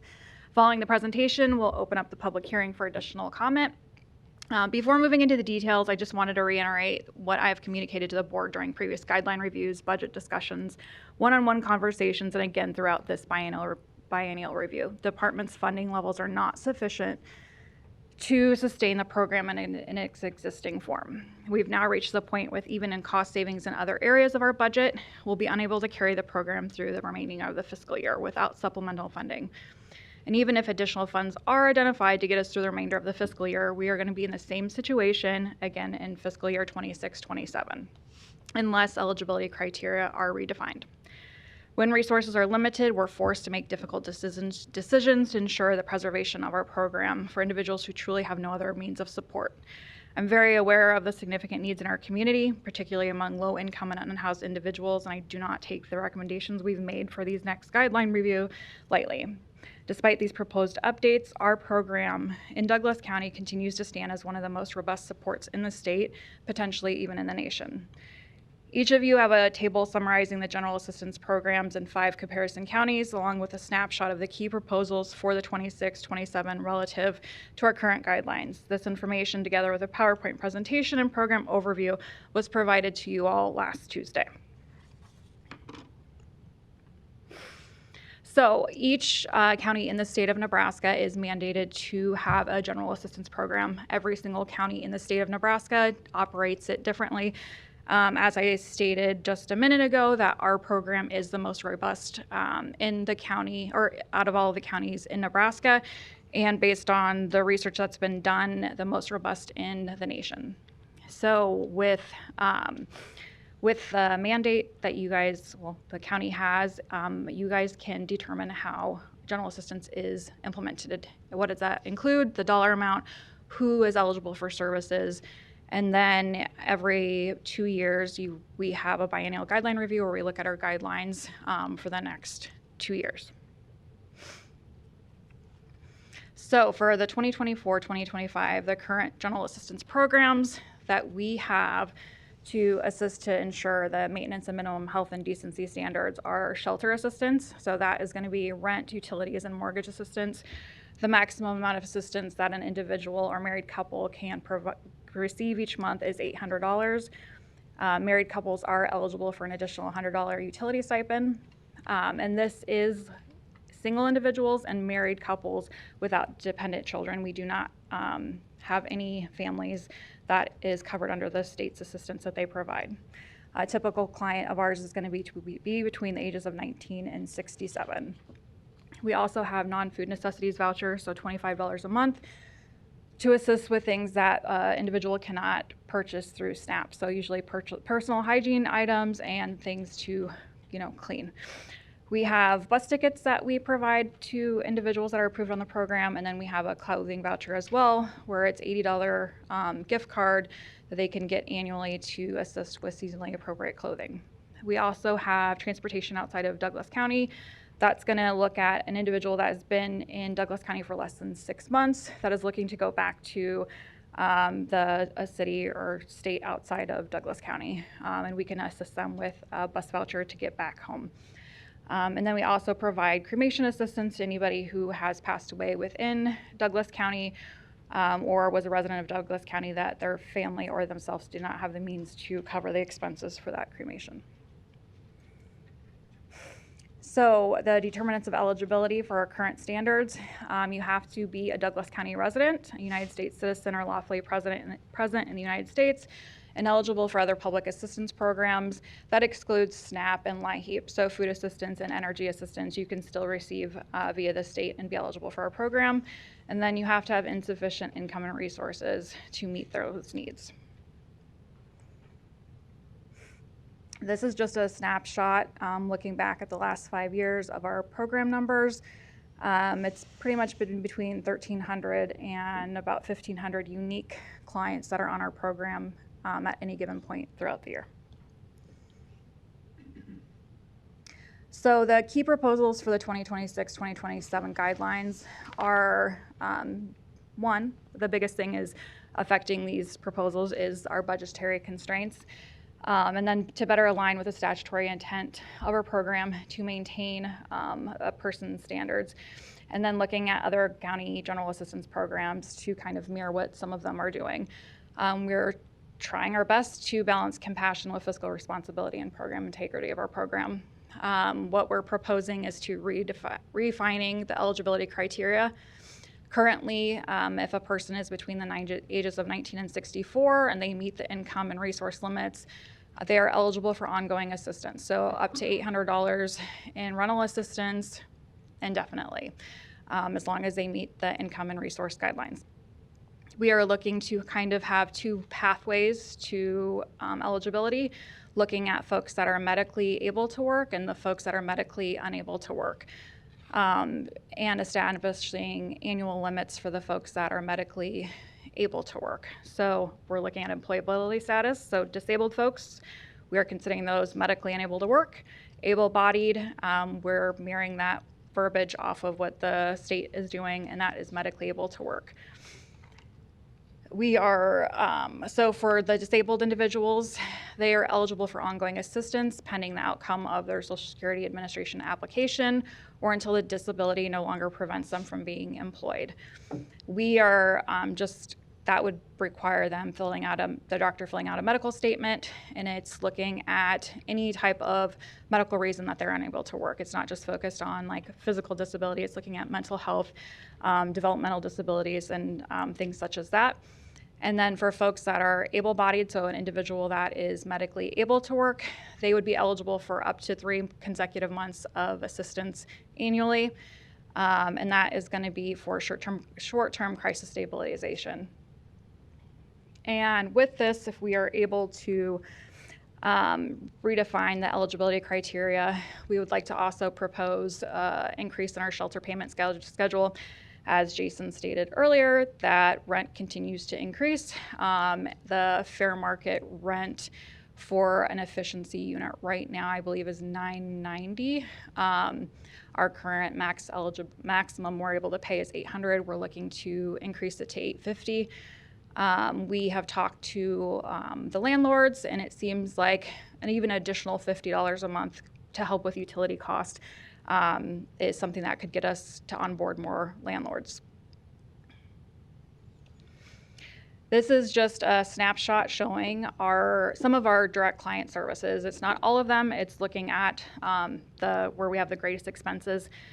You can see that our rental obligations, our shelter expenses are our greatest budgetary cost, and they have continued to increase over the years. The medical client aid, we don't have any data on that since Medicaid expanded, and all of our clients are now eligible and approved for Medicaid as long as they meet those requirements. So we do not offer medical assistance anymore. And then looking at the non-food, burials, assisted living, bus services, and client utilities, all of those have remained pretty steady. This is a snapshot of our clients that are within their current eligibility period. So every client that comes in has to complete a face-to-face interview with our department, and we determine eligibility based on the information they provide to us, looking at bank accounts, pay stubs, their lease, to see if they've applied for Social Security, any income resources, things such as that. And so when they're approved, we establish an eligibility period that is 1 year. And so we have 961 clients that are within that eligibility period right now. So any month, we have up to 961 clients that are eligible for general assistance. And if they, some of these clients are currently suspended. So if they didn't turn in a monthly reporting form or if they were over income 1 month, that would be what we say is like a 1 month suspension. So then we would look at assistance the next month. I think it's important to see, and I've stated this before, is that we rely on not all of our clients finding rental assistance. And that's not coming from, we would love it if they all did, but if 961 clients all received $800, we don't have enough money in our budget, period, to have that happen. About 53% of our clients at the time of their application did not have any current shelter expenses. So those were clients coming to us that were possibly living with another individual, couch surfing, living at a shelter, or they were unhoused on the street. We had about 27% of our clients that are currently reporting that they are unhoused. And so again, that is couch surfing at a shelter or unhoused on the streets. About 49 to 51% of our clients are expressing that they have a medical barrier to employment at the time of the application.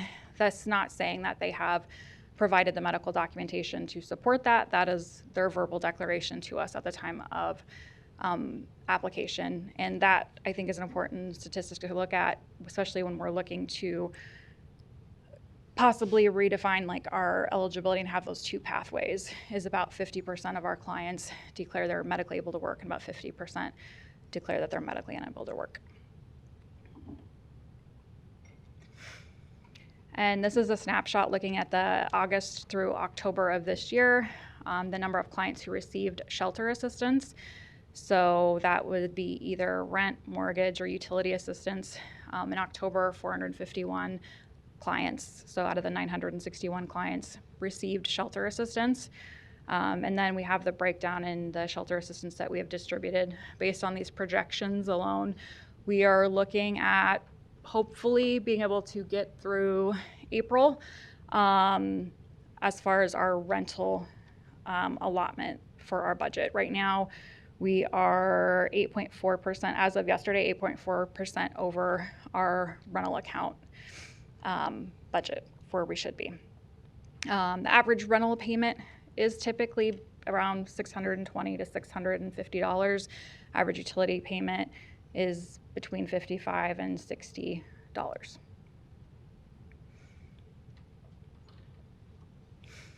So we are in our biennial guideline review.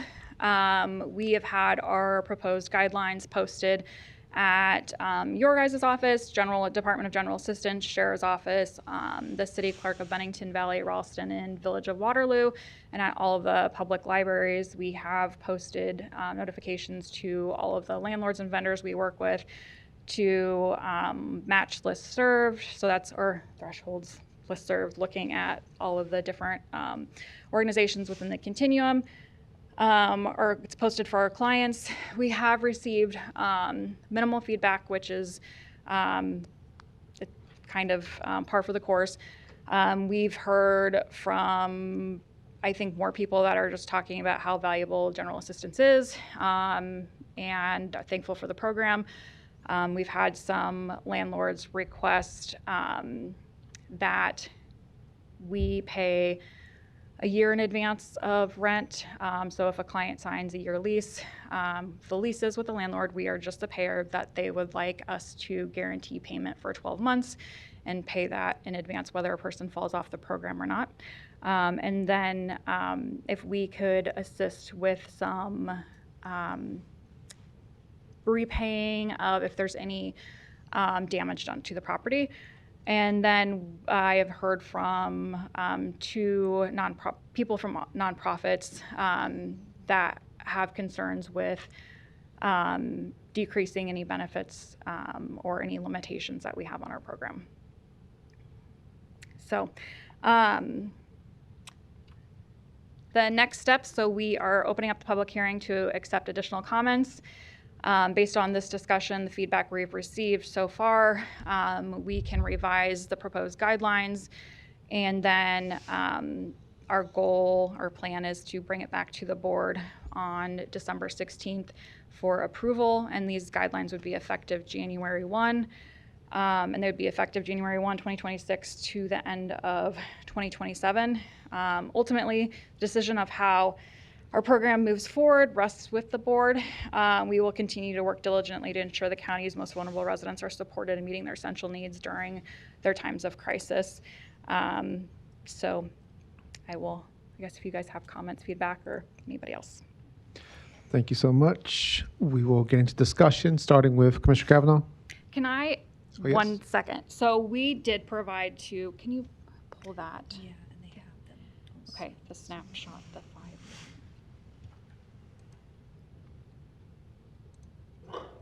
So we've got, so it would probably be with this one if there's 2 tabs open. I have, here, let me just, it's these 2. It'd be the countywide. This one right here, yep. Okay, this is very small, but each of you have a copy. And so this is a snapshot of, it includes general assistance for Douglas County, but then looking at Dodge County, Nebraska, Lancaster County, Polk County, Iowa, Potawatomi County, Iowa, and Sarpy County, Nebraska. It has their population information, unemployment rates, budget when I was able to get that information, and then the types of assistance they authorize, and then just comparing our program to theirs. If you are reviewing this, you can see that, again, even with these proposals, our program still offers more monthly assistance as far as the value, more ongoing assistance, and then the services we do provide, or the assistance we do provide, is more than any of the other counties. I was unable to get the budget information for Polk County, Iowa, because their general assistance funding is under the umbrella of a lot of other stuff. So that was public record, but they were going to get that to me, and I have not received that yet. So I hope you guys were able to take time to review that, but I think that's important to be able to look at. I have talked to all of the directors or the person in charge of their general assistance program, so all of this information was provided by them. Thank you. We'll go with Commissioner Kavanaugh. Thanks for this. On the rent and shelter assistance, what are we at now? How much we can pay? I think I read that it's a maximum of, is it 800? A maximum of $800 per month, and then a married couple is eligible for an additional $100 per month for a utility stipend. Yeah, if there's 2 people, it's yes. 900? Yes. Okay. And what's the change under the proposed? We're looking to increase it to $850 maximum. A flat 850? Yes. Why wouldn't we do the same 2 categories that we're currently doing? There's not funding for it. Okay. I think we heard from the previous testifier about the average rental costs in Douglas County, and it seems to be like for an efficiency apartment, I believe he said it was like 800. Actually, for an efficiency, the fair market rent. I'm sorry, I can't hear you. The fair market rent for an efficiency in Douglas County is either $990 or $998 right now. Okay. And we've checked this going back because we use it when we're looking at mill levy settings. But department turned back to Douglas County, and general assistance is usually on there for some dollar amount. Do you recall what dollar amount the general assistance budget turned back to the general fund this year? We spent 97% of our budget. I believe we returned maybe about $400,000, and that was not out of direct client services. That was looking at administrative fees. So if we put that extra, like we have now, the two-tier, we would be at like 850 and then 950, where we're at 800 and 900 now. If you would look Just at the forward $100, the yes, two-tier. if that's what you would wish to do, Okay. yes. Do we know the fiscal impact of that versus what is proposed here? I can get that additional Okay. 100. What I'm saying is, if we had a little bit of, wiggle room in the turnback, let's use it and maybe do that if we could. And we've got till, I think, the 16th to actually finalize these, right? Yes, and I would just like to point out that when I'm saying that we will not have enough money to get us through the fiscal year, that is counting on our administrative fees not being exhausted. That's counting on our payroll, which is currently under budget, remaining under budget, and already pulling from that. So Sure. there's And- not wiggle room within our current budget. Yeah. We're all struggling with that. If I read this correctly, though, your client numbers are going up, right? Yes. Okay. So despite the new day in America being great again, we're dealing with people without homes, roofs over their heads during winter months, and the inability to meet fair market rents going forward. I think we should try to look at how we can do that better and wait for this renaissance to actually occur so that we can spread the wealth a little bit with the greatness of America's new dawn. But I appreciate what you do, and the previous Jason's testimony to the great job you do, I think, is something that we should all be grateful for. So thank you. Thank you. Other comments? We'll go to Commissioner Borgeson. Thanks, Melissa. When we see in the homeless population, we see the aging increasing. Do we see that? Like, can you give us? You said the range is like 19 to 67. 19 to 67. Can you give us a breakdown of those? Yeah, I'll absolutely provide that. Last I looked, it was about a 30%, as like looking at the age groups. So between the ages of 19 and 25, and then looking at 26 to about 49, was about another 30%, and then the elderly population. But we definitely are seeing an increase. And we also see an increase in calls of folks that are over the age of 67 that are receiving Social Security, and so they don't meet our income and resource guidelines, that they are over income. But we see them calling, and we try to refer them elsewhere. But there definitely is an increase in that. So we could go back, or could we go back, and like over the last 3 years or 5 years, whatever, say, here's what that last age group was, and this is what it is today? Yeah, I can Just go. so we can see the incremental percentage of increase, and because unfortunately, if we're seeing that in the homeless population, I think we're gonna see it, obviously, in our population as well, but I'd like to have a better understanding of what that is. Yes, I can get that for you. And then whether or not they're single or coupled. And then when the transportation is outside of Douglas County, it has to be within the 6-month period in our current guidelines. So how many do we know of that came past that 6 month and asked for a bus ticket and we couldn't give it to them because of that? I can pull that because we would know why a person was denied. I think those are pretty rare because the referrals that we get are typically going to be from a shelter or if they contact 211, and so they're typically referring us the appropriate person. But I can definitely pull and see how many folks we turn away for being considered more of a resident of Douglas County. And that, again, is it's a one-time thing? Do we have people who come back and try to go out again? Do we see that? That's been really, really rare where Rare. I've heard about that. Okay. Typically, it's a person just trying to get back where they came from. And we do verify that they had somewhere to go because we don't want to send somebody back to a different city or state where they're going to be homeless. And so we verify that they have a place to live, that can't be a shelter, or they have a place of employment before we send them as well. But I can get that information for you of how many people were denied because they'd been here greater than 6 months. And then I do want to thank Mary from the League of Women Voters who brought up the issue of maybe instead of 3 months, it's 4 months or 6 months or whatever. But can we get and I like that idea, but I'd like to see what the cost difference is if we increased it by up to the 4 month or the 5 month or the 6 month, what that would look like budgetarily for us. Yes. And that I will do like a per person, because what is difficult, like when I showed there's 961 clients that are currently eligible for general assistance, how many of them are actually receiving rental assistance from us, have found a place, but I can give you a per person number, what the difference would be for max assistance for 3 months and then up to 6 months. Thank you. Let me go to Commissioner Rogers.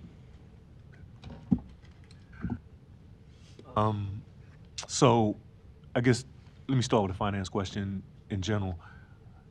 General assistance falls under the lid, right? So I guess I'm just putting this in a markdown for when we do the legislative stuff. You have the lid, but then you have the statute that says the payer of last resort, and that doesn't add up. And so can you put that on the list to kind of deal with in the legislative session? So, Melissa, help me, so what has been your budget increases over the years? What's been your budget increases over the years? Because this is what I'm trying to get at. I'm curious. Your the slide you had, the FY 22-23 number, increase-wise, the slide shows 1498. And now it's down last 2 years, then it's 1498. And I guess I'm just trying to get I can't recall it all. I think I got an idea. You all have met your number. I guess I'm trying to see what's the difference what's the main reason for the able-body change being made 4 years later when the number in 22-23 was the same as it is now? Because not all of our clients actually are using the voucher. So we have all 961 right now, 961 clients that are eligible for general assistance. And if you look at which one is it? So page 9 of the shelter assistance issued for October, we assisted 451. So 961 people are eligible for general assistance on some level. 451 people received assistance. So we have increased rent assistance. Last guideline review, we increased it. And then we have a standard housing deduction. We discussed at length last guideline review. That was previously $150, and that was increased to $300, where we allowed clients to have $300 of an exempt income. And so that affects how much we can pay. So if we're exempting $300 versus $150 of their budget, that's $150 extra we're going to have to pay per individual. And we also have an individual who about 2 years ago came on board, and their focus is primarily landlord engagement and working with clients one-on-one to help them with housing. And so we have a housing stability clinic every Tuesday where individuals come in and we meet with them one-on-one to help them with their application, help them get deposit assistance, application fee assistance. and work with them, kind of looking at their background and information and trying to find an appropriate housing for them. So we are finding that we're getting more clients housed as well, which is increasing our cost, which is a good thing. So really the 4-year difference is the cost of housing over the 4 years. The cost of housing, the number of clients that are utilizing the actual shelter assistance voucher versus just receiving non-food and bus tickets. So the number of clients that we are able to assist in housing has increased as well. Okay, I'm probably have to come back, but I'm gonna set this context up. So help me, I'm trying to illustrate this water flow. So you have, if the Fed does a cut to an assistance program, it'll come to the state. State does the cut comes to us to likely make up this difference. So let's say if the Medicaid work requirement, if there's a cut in people in Medicaid, it'll go down to the state, they adopt that, it kind of goes, and that comes back here. Well, I'll come back on the next round. All right, we'll go to Commissioner Borgeson. Thank you. So the other data point that you have how many for direct client service on page 7, like the non-food client aid, those are those the Dollar General the gift Dollar cards, General yes. thing, and so we're looking, it's not a whole lot, but it's, you know, about 200,000. Yes. The burials, which, you know, again, they're all about that. So has there been talk about, because we see the huge need on the rent piece, are there things that we should, in like client utilities, there's a lot of utility assistance programs out there. Is that something that maybe we should have the conversation, or maybe it's not time for this guideline review, but, you know, instead of doing that one, we put it towards the rent? So we, again, I understand that that goes in with housing as well, but there's other programs out there that could assist in the utilities versus us assisting in the utilities. Or when it comes to the assisted living, explain that one just a little bit. So for assisted living, those are individuals that we have a medical statement for, and it says that they cannot live alone at this time, and those individuals are going to be pending Social Security, and we are assisting with their assisted living costs while they're at an assisted living facility until they get approved Social Security. But they're GA eligible through our process Yes. first. Yes, And and those then they're awaiting. Yes, and those individuals were paying the assisted living rates, which is about $1,200, $1,400 a month. And so some of those individuals, unfortunately, are not approved Social Security, so they have to go back through the process. But those numbers are those are not as many clients, but we definitely have clients with that. And with the utilities, that's something we definitely can look at. But we also we refer clients to apply for state utility assistance. So LIHEAP, we refer them to apply for OPBD and MUD assistance as well. So we are looking at if they can get their needs met through other resources for any of these things, we're absolutely going to refer them and have them do that so we can use the money elsewhere. So they go to those first and then come back to us. We refer them, and we, like LIHEAP, we can see if they've made a payment on their utility statements, and with that we won't.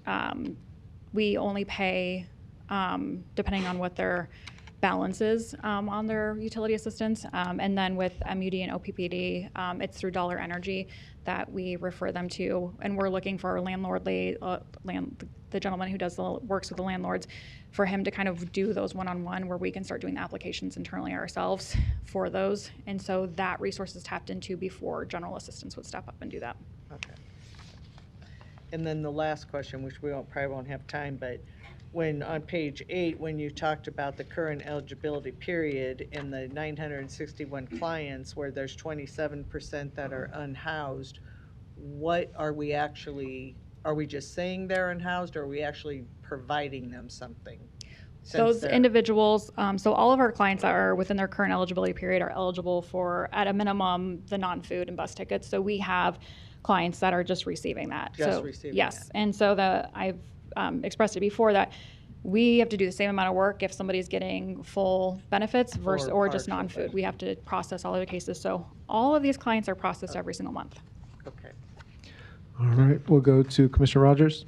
So, okay, so to walk back through this water flow, I guess I'm trying to see, are you budgeted enough? Because, okay, if HR1 takes effect, I'm assuming there are going to be some people trickling off Medicaid. No? That's up to you guys as a board. Well, wait a minute, I'm trying to set this up so I'll make sure if I'm right, if this can happen. HR1 happens, the work required, I'm assuming some people trickle down out of Medicaid. We got rid of health care in 19 when Medicaid expansion passed. Is there the possibility that as the payer of last resort, due to the Medicaid effects, that there's going to be some new health costs come down as a payer of last resort? So like they were before we had Medicaid. So our current guidelines and our guidelines historically have had the language that if you are not eligible, you are eligible for another program, and because of your own action or inaction, you're denied those benefits, that the county is not responsible for that, and that also is in state statute. So these individuals that are eligible for Medicaid, and because they didn't comply with Medicaid's requirements, they now have no medical. That is not the responsibility of the county, and that is in state statute. But there's possibly going to be some people that it's not that they don't qualify, it's just because of the changes, they will not be on Medicaid. So those costs could probably come to us. So the changes that I know that I'm aware of, all of our clients would still meet eligibility standards. They just would have to comply with job training, work readiness, things like that. And that's where we do see that clients then would lose Medicaid or would lose SNAP historically. But that's where we've fallen back on that it was due to their own actions or inactions. So if the county wanted to handle those situations differently, then absolutely, there's going to be plenty of people that lose their Medicaid or don't qualify for SNAP because of the restrictions that are coming down. But that's no different than the old way before we had, the way this change, the way I interpret this change is that's no different than what it used to be before Medicaid expansion came, and we used to do that. Correct. Okay, so there's a possibility there. There's a realm we were in and we're out. And I want to add that to the point that you got these cuts flowing down, you're under the lid, and we're the payer of last resort. So I'm just laying that budget scenario for when it comes future. So you're going to ask for medical, you're going to ask for proof for medical, but maintain attestation for income? Well, the proof of medical is because a medical professional has to fill out the medical statement. As far as income and resources, a lot of that is their verbal attestation. We verify through Department of Labor, through the state of Nebraska, through Social Security Administration as much as we can, but a lot of it is. But you got another way to verify that? Yeah. Okay. Yep. That's consistent. Okay. All right. Thanks. Thank you. We'll go to Commissioner Friend. Thank you, Mr. Chair. Thank you so much for the report. Obviously the work's important, and it's admirable, and it's much needed. What I was going to ask, and I'll go into a short explanation of why I'm asking, is part of the strategic initiative as you're going through this process, Melissa, is it to look at some of the client services, the direct client services that are being provided, and to piggyback a little bit, I hope, on what Commissioner Rogers was saying, is to either enhance or squeeze or say, well, we have done this in the past, we don't necessarily think we can do it anymore, because it seems that rent is paramount. I mean, in a lot of different ways for everyone. And the reason I ask that, and to add on to what Commissioner Rogers was was pointing out. I mean, we know what the feds are doing. We get high level view and we get down in the weeds view. We also know they're predicting, the state is predicting anywhere from, Chris said it was higher, anywhere from 450 million in the red. I mean, before they even get into session. He had mentioned the lids. He had mentioned the lids, which is of great concern as well. The county, approximately 70% of what we're doing, including general assistance, is mandated, approximately. Some of those mandated services are not funded. And of course, we get 13% of the property tax revenue. And I would imagine inheritance tax will go away. It might not this year, it will. And when it does, we're talking an influx in regard to our revenue of maybe anywhere from 15 to 17 million a year. Now, I don't want to ring the boo bell or whatever it is, but if we don't do that analysis, then some of the ideas of increasing, rental support and stuff like that might not be possible, right? I mean, it's very likely that the assessments are going to level off. I mean, I'll have Commissioner Morgan weigh in on some of that, but I'm worried about those. I'm worried about the numbers. And we also know we have to provide it, and we want to make it as efficient and as effective as possible, as you do too. So when we come back around, are some of those strategic things maybe going to be implemented to say, yeah, if we prioritized and we were to do without something, this would be it. Maybe we're talking a $200,000 or $500,000, savings, if you will, even though we're cutting projects. You know what I mean? Yeah, I think we're doing that, and that's what these proposals are, is we are looking at our clientele. We're looking at what other general assistance programs are doing, and that's why we're looking at our primarily focusing is looking at we being the payer of last resort. So if a person is medically able to work, then we wouldn't be the payer of last resort. It's focusing on the folks that are medically unable to work, that cannot work, they have no other way to supplement their income, and being able to provide that rental assistance for them. Oh, sorry. On average, do you think when you compare to Dodge, Lancaster, Polk, Potawatomi, Sarpy, and I haven't gone through the spreadsheet yet, are we providing more services we blow than they are? I mean, we blow the not nation money out of wise, water. not money wise, but client services. Sorry, I'm done. Yes, nationwide, we are the most robust general assistance program, not looking at our budget, it's looking at the services we provide and to whom we provide those to. Absolutely. Okay, thank you. All right, I have two in the queue that are on deck for a third round, 2 minutes each. We'll start with Commissioner Rogers.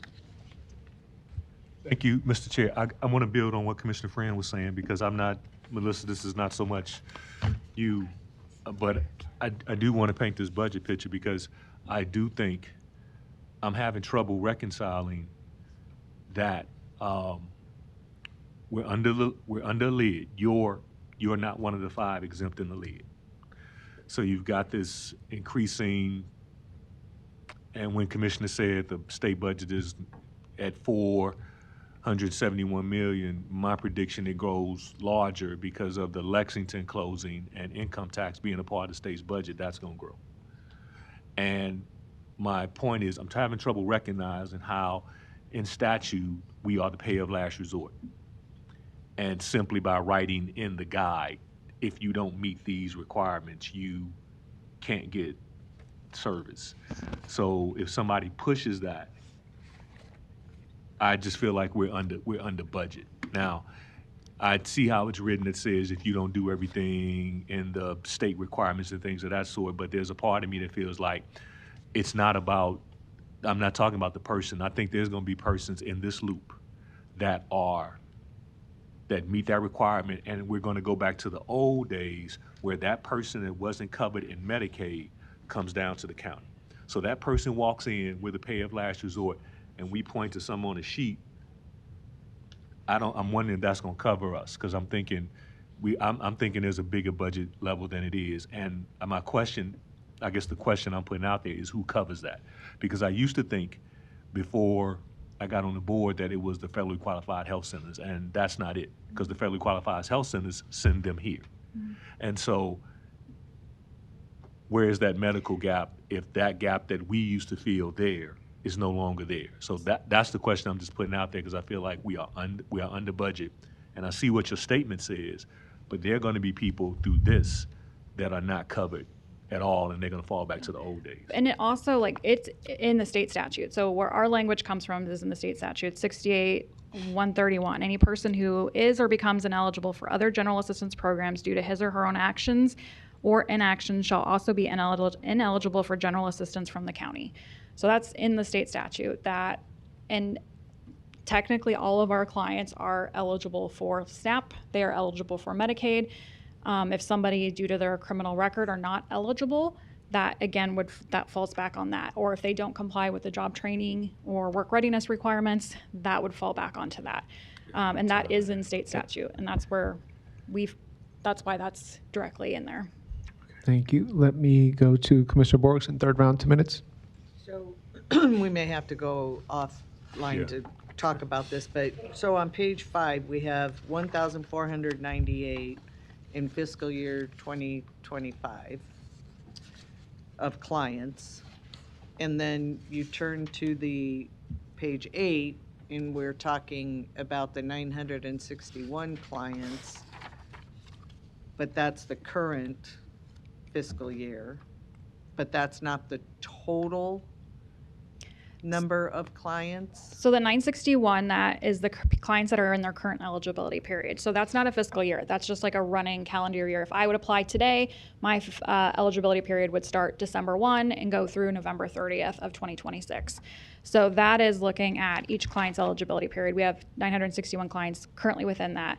The numbers on page 5 are the client count for those fiscal years, and that is unique clients that have come through our department within that particular fiscal year. And that's what I'm trying to then look at, the 961, well, that other number, because we don't know what our fiscal year 25-26 number is yet, but then the 961 eligible, current eligibility period clients, and then of that 961, we're only providing, as of October, 451 with shelter assistance, which could be assisted living or rent, right? Yes, that's any shelter expenses. Any shelter. And that number also can go up because we have clients that we're in December now, but we are looking back to October as our request date. And so if they're still in the pending process or we're still trying to get landlord paperwork, so those numbers, especially October, will increase the number of how much we have spent on October, and then the number of clients that have received assistance that will increase still. Okay, we'll finish offline because I have more questions on that. But thank you. Thank you. I'll take a very quick round just to chime in very briefly. In regards to our, I guess, mandated duties per statute to general assistance and kind of that discussion that's been going on, I do think it's been there's some gray area there in regards to how different counties have interpreted and the level they invest into their general assistance, as evidenced by the spreadsheet that Melissa gave us. But also, if you look at the example of Lancaster County, the second largest county in Nebraska, in recent years, I hear they're restructuring lately, but in very recent years, I talked to Sarah Hoyle, the director of their Human Services Department, and their investment into general assistance wasn't even in-house. They contracted it, and they invested $250,000 a year as basically a check to the People's City Mission as their general assistance kind of a contribution, and that was it. And so that's a big difference from our robust investment, and I think it's a good investment. Obviously, we're helping a lot of people. There's a lot of need in our very urban, populated county. And I do want to continue that robust investment, but at the same time being prudent about it. And I think Director Seawick has laid out some proposed guidelines that both continue that robustness while also adding some parameters that will keep us more aligned and within budget and incremental growth, especially when you think about the lid that Commissioner Rogers is mentioning in regards to our cap and how much we can grow annually per the index that we have to abide by. I think these guidelines will get us in line with that's incremental growth and staying within budget while also maintaining a very robust program. So I appreciate your work in these guidelines. I know you and Commissioner Fahey spend a lot of time on these, and especially you, Director Seawick, on these. So thank you again, and I am supportive of what you're proposing here, but I know we'll have another chance to have a discussion when it comes back around on the agenda in 2 weeks. Commissioner Fahey? For the shout out, but I do say all the credit goes to Melissa. I'm Johnny come lately, so I appreciate all of her great work on this and doing it. I do just want to briefly, since it did come up through the committee I chair, just stand on a soapbox for a very short moment here to say that, I appreciate how seriously my colleagues take this. I take this very seriously. I'm 40 years old, and one of the hallmarks of American politics during my lifetime has been the inexorable deconstruction of the social safety net. And despite many of what we were promised, it has not made this country more prosperous. It has certainly not balanced our government budgets. So we need to remember that on some level, every decision that this board makes is simply the apportionment of the burdens and suffering of civilized life. And whether that's in the tax burden somebody has to write a check at the end of the year, or whether somebody loses their home, we are ultimately apportioning that suffering and deciding who is going to bear more or less of it. And in my mind, the dollars we spend on general assistance, though small relative to our budget that they may be, provide some of the most direct lessening of physical human suffering, dollar for dollar, of anything we do. And so I just want to be clear for the public that what we're talking about now is hard decisions, but it's about making these guidelines, even though these may seem like small tweaks, they're not. They're very substantial tweaks, I would argue, and making sure that we're doing it in a way that preserves this program as best we can, given our, I would say, in some ways, undue budget constraints that are imposed from beyond our control. So thank you all very much for doing it. Thank you to Melissa for all of her work on it. Thank you, Commissioner Fahey. Any other comments or questions during this public hearing, including from the public? If not, we will close the public hearing and plan to, go ahead.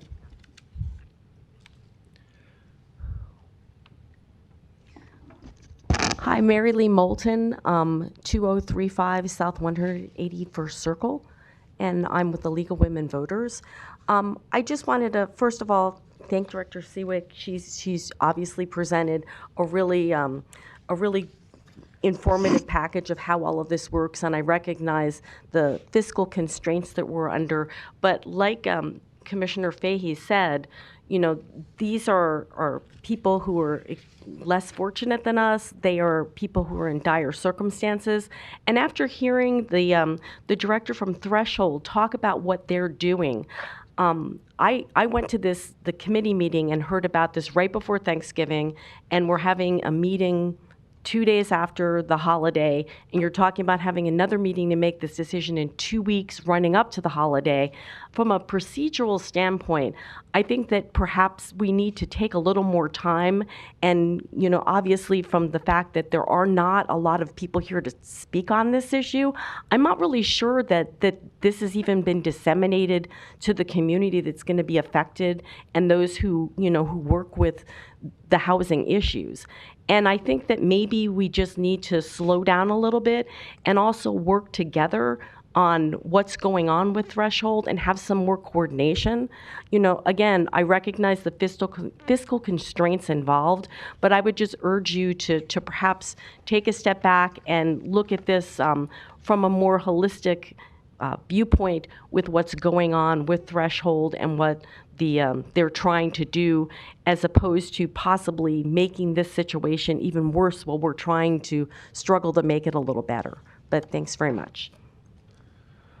Thank you. And Director Seawick, I have a quick question. Do we coordinate with Threshold and Jason in our work through General Assistance? Yes, we do. And I had probably about 2-hour conversation with Jane Gordon with Threshold, talking about what we were thinking as far as proposals go prior to this. And as Jason said, we do work with them. We work with the other shelters. And I agree with everything that's been said. I think our program is it for a lot of people. And like I said, I don't make these recommendations lightly, but we don't have it in our budget. And I've also said, I will take more money and we will keep them the same. So. Appreciate it. Thank you, Director Seawick. And Commissioner Fahey. Just a quick response regarding the timing. I did want to be clear. So the timing, as articulated in the comment, was that fault rests with me. I did actually. So I'm the chair of the committee. I did delay our committee meeting by 1 week so I could have some more time with the guidelines. We are statutorily obligated to. I believe we have to have these done by the end of the year per statute. So we're up against the clock. But if it's anyone's fault that the deadline is so acute, it's mine alone. That's all. Thank you, Commissioner. Other comments or questions during this public hearing? If not, we'll go ahead and close the public hearing, and it will come back in 2 weeks for further discussion. Thank you, Director Seawick. Sure.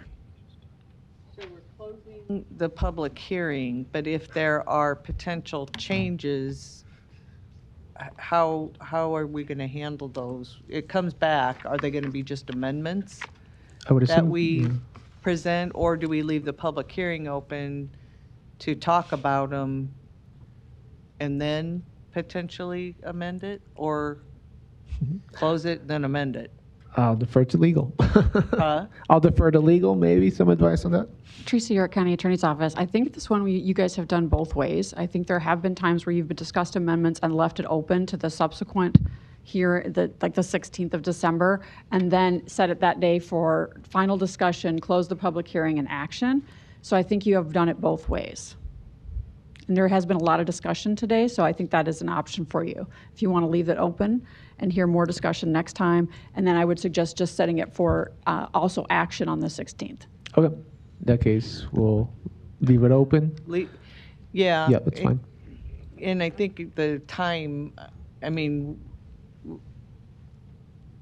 we only have that one meeting, but I think the point is we probably should think about reviewing these earlier in the year, like start in July or August versus, it's not just 1 week. I think it is way longer needed. Mm-hmm. But then we would have our public hearings just as normal, but we would be reviewing the contents of it more in depth. But we're going to leave this public hearing open, but we would be able to bring amendments if we wanted to for the 16th. Correct. Yep.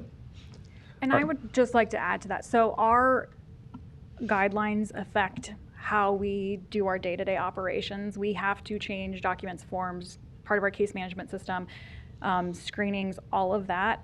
And so I would just ask that if there are things that you all know that you want to propose ahead of time, if I can have those ready in our guidelines, so we also can hit the ground running as of January 1, because that's when these guidelines go into effect with our clients. And that's always a lot. But with these changes, it's going to be even more. And we want to make sure we can get all those done in time. All right. We will leave the public hearing open and bring it back for further discussion on the 16th. Thank you. So, thank you, Director Seawick. We'll proceed here in our agenda under committees, Section 8. We have finance. Under that, we have budget report as presented. From there, we have human resources. Item 1 was is the weekly personnel report from Civil Service, which is also as presented. And then items 2 and 3 relate to salaries. And so item 2 first is a resolution setting calendar year 2026 wage increases for various non-union county employees. Before we jump in, well, I guess I'll take a motion in a second and then jump into discussion. Motion by Rogers. I'll second that one. So this is for item 2, resolution setting calendar year 2026 wage increases for various non-union county employees. Is there any comment or question on the board or staff side to open up the item? Otherwise, we'll jump into discussion. Committee chair, we did have a committee meeting where HR presented. We did have a committee. Milford, can we get her mic on, please? Thank you. We did have a, thank you. We did have a committee meeting and HR presented what the proposal is that's before us. For the non-union employees, just remember that staff here in our office does reach out to electeds as far as their chief deputies and what their requests are. But again, a lot of the discussion was focused around compression issues in lots of the offices. But we pretty much stayed where we were in terms of the percentages as we have been in the past with union versus non-union. Okay, thank you. And we'll jump into discussion here, starting with Commissioner Kavanaugh. Yes, these next two items, 2 and 3, are both about wage increases. We're just talking about 2 here, right? Yes, just 2. Right. So just for the record, the wage increases here are for a group of management employees, basically, and a couple of office holders. The county attorney is here, and it looks like the public defender, sheriff's captains, district court bailiffs, district court and juvenile court, full and part-time non-union county employees, CMHC medical director, and psychiatrists and physicians, and chief deputies. The increases here range, it appears, from about 3.6% increases in the county attorney and the county employees who are on the county's non-union step plan, and public defender. The sheriff's captains, it appears, get a 4% increase, as do district court bailiffs. District court and juvenile court full and part-time non-union county employees who are not on the county's non-union pay plan shall receive 4% increases. CMHC director, all psychiatrists and physicians get 3.6% increase. And the chief deputies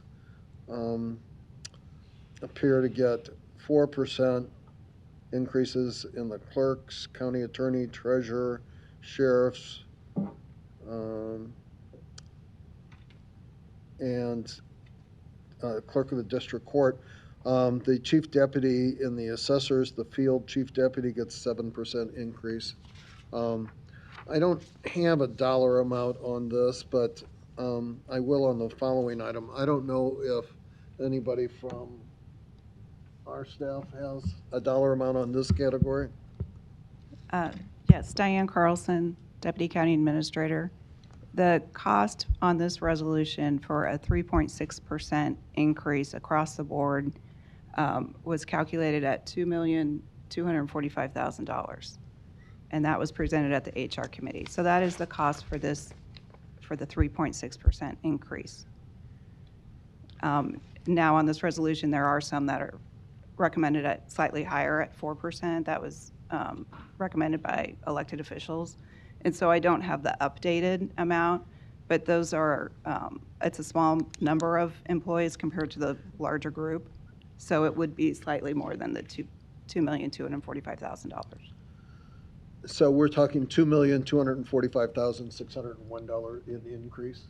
Yes. But it'll be slightly more than that. It will be, yes. Because some of these increases are above, the average seems to be around 3.5%, 3.6%. The majority is 3.6%. There are some 4% in there, so it would be 2.245 million plus for this category, and that will include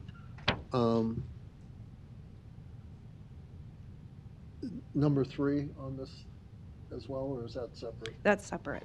Okay. Yep. So just for the record, these folks are not covered by union contracts. The only item I would point out is in the information that we received, and this is kind of comparing same to same, the comparables that are included in the information that we've received seem to be from the private sector and do range from 3.25 to 4%, but we don't have before us comparables from the public sector. And I know from dealing with other contracts, these would be consistent on the high side of what we have done in the collective bargaining stage. But they're not exactly comparable because there are steps on the collective bargaining stage that are not included on the non-union stage. So if you did the math, and I haven't, they might balance out fairly closely. And that's what I've been informed anyhow by HR. So that's just some background for the public. Thank you. Other comments or questions on number 2? If not, there's a motion and a second on the table. We'll go ahead and vote.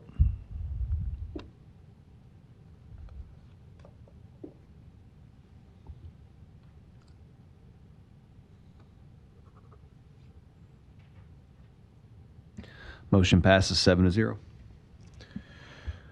All right. Next, we have a resolution setting calendar year 2027, 2028 wage increases for the Douglas County Board of Commissioners. Is there a motion and a second for discussion? Motion by Rogers. Second by Friend. And we'll start with our discussion, starting with Commissioner Kavanaugh. Thank you.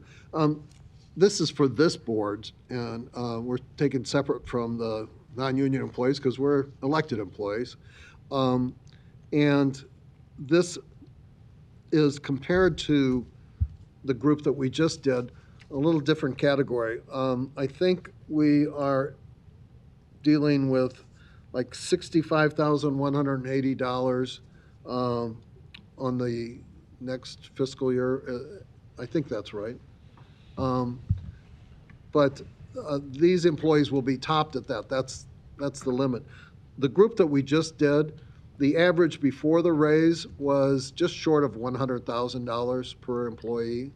And so with the raise, with the exception of the district court employees who are not going to be over $100,000, that entire group will go over $100,000 per. It looks like the bottom of that group is at $99,000, or the average of that group is at $99,327. But just to give you a comparison, this is the board. We act as kind of a board of directors of this municipal corporation called Douglas County. And so the board is compensated much less than the management employees that we've just passed on. And that's not unusual in private industry as well. Thank you, Commissioner. And for further context, if I recall correctly, We did pass a resolution a couple years ago that kept the salaries of commissioners flat for 2 years. So there was a 0% increase for 2 years. So on top of that, and during that time, I believe there was a statute passed that now mandates a specific formula to the salary for commissioners. And I'll take some help from Patrick or others on this. But if I recall correctly, that new statute formula is basically CPI plus 1%, and with CPI typically around 3% or so in a normal year. But I'll take some clarification to make sure I'm accurate in that statement. But I know Patrick was working on this and others. So anybody can verify that, or Diane or anybody? Yes, I think I can. Diane Carlson, Deputy County Administrator. The statute does have a cap on the amount of increase that can be given to county board members. This is a recent change in the statute. And there's two things. One, the amount that you increase by has to stay flat for 2 years. So what's before you today is an increase for 2027. And in 2028, there will be no increase because that's what the statute says. But the increase is capped, and the wording is that it's based on the unadjusted consumer price index for the period since the last salary increase, plus 1%. And so the amount before you, that formula was used to come up with. And so your current salary is going to be increased by approximately 6.3% based on that formula, but that will not go into effect until 2027, and it will be for a 2-year period. So it's more or less a 3% increase for those 2 years. Got it. Okay. That's helpful. Thank you, Diane. Any other comments or questions on this item? Mr. Borgerson? Well, I just want to point out that we are classified as part-time. And to me, this is even with, it's a may, not a shall, in setting our salary, if I read the statute right. So it doesn't mean that we have to do this. It just means that it gives us and provides us a way to calculate it versus how we've done it in the past. Very good. Others on this item? Otherwise, we'll vote.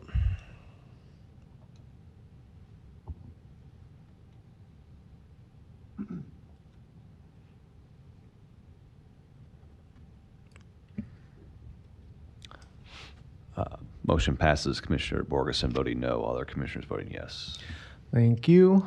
All right, that takes us to the end of our agenda. We do have a need for executive session today. I know legal advice and contract negotiations for sure. Was there anything else, Patrick or Marcos or Diane? Good? Okay. So I'll take a motion and a second for executive session. Second. Motion by Rogers, second by Morgan. And legal advice too. Oh, yeah, that's already in there. Yep. Let's vote on that motion.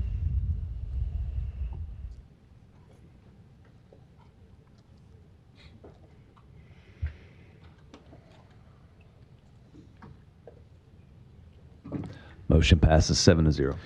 Thank you. The board will now go into executive session for the purpose of legal advice and contract negotiations.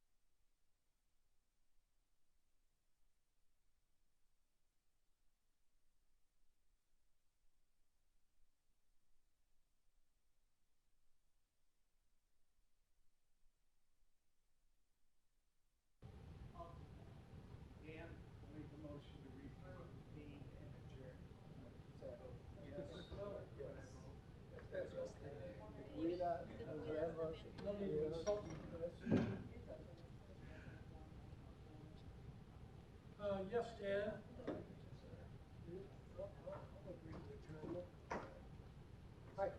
Yes. I will, I mean, I don't want to. All the.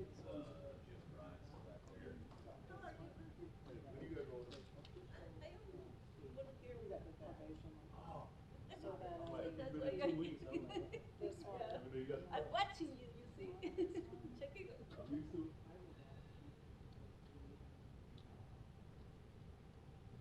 I mean, because varies. Interviews. Because what's going to happen? This is going to, I mean, this will come out on the in December.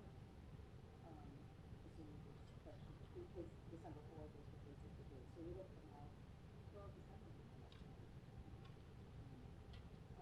Because right now, I think I looked back, and we want to figure out. Well, this one does. There's the one. There's one more. Yep. Motion to reconvene and adjourn by Commissioner Morgan, second by Commissioner Rogers. Motion passed 5-0. Commissioners Fahey and Kavanaugh are, no. Yes. All right. Motion passes 7-0. We're adjourned at 12:18 p.m.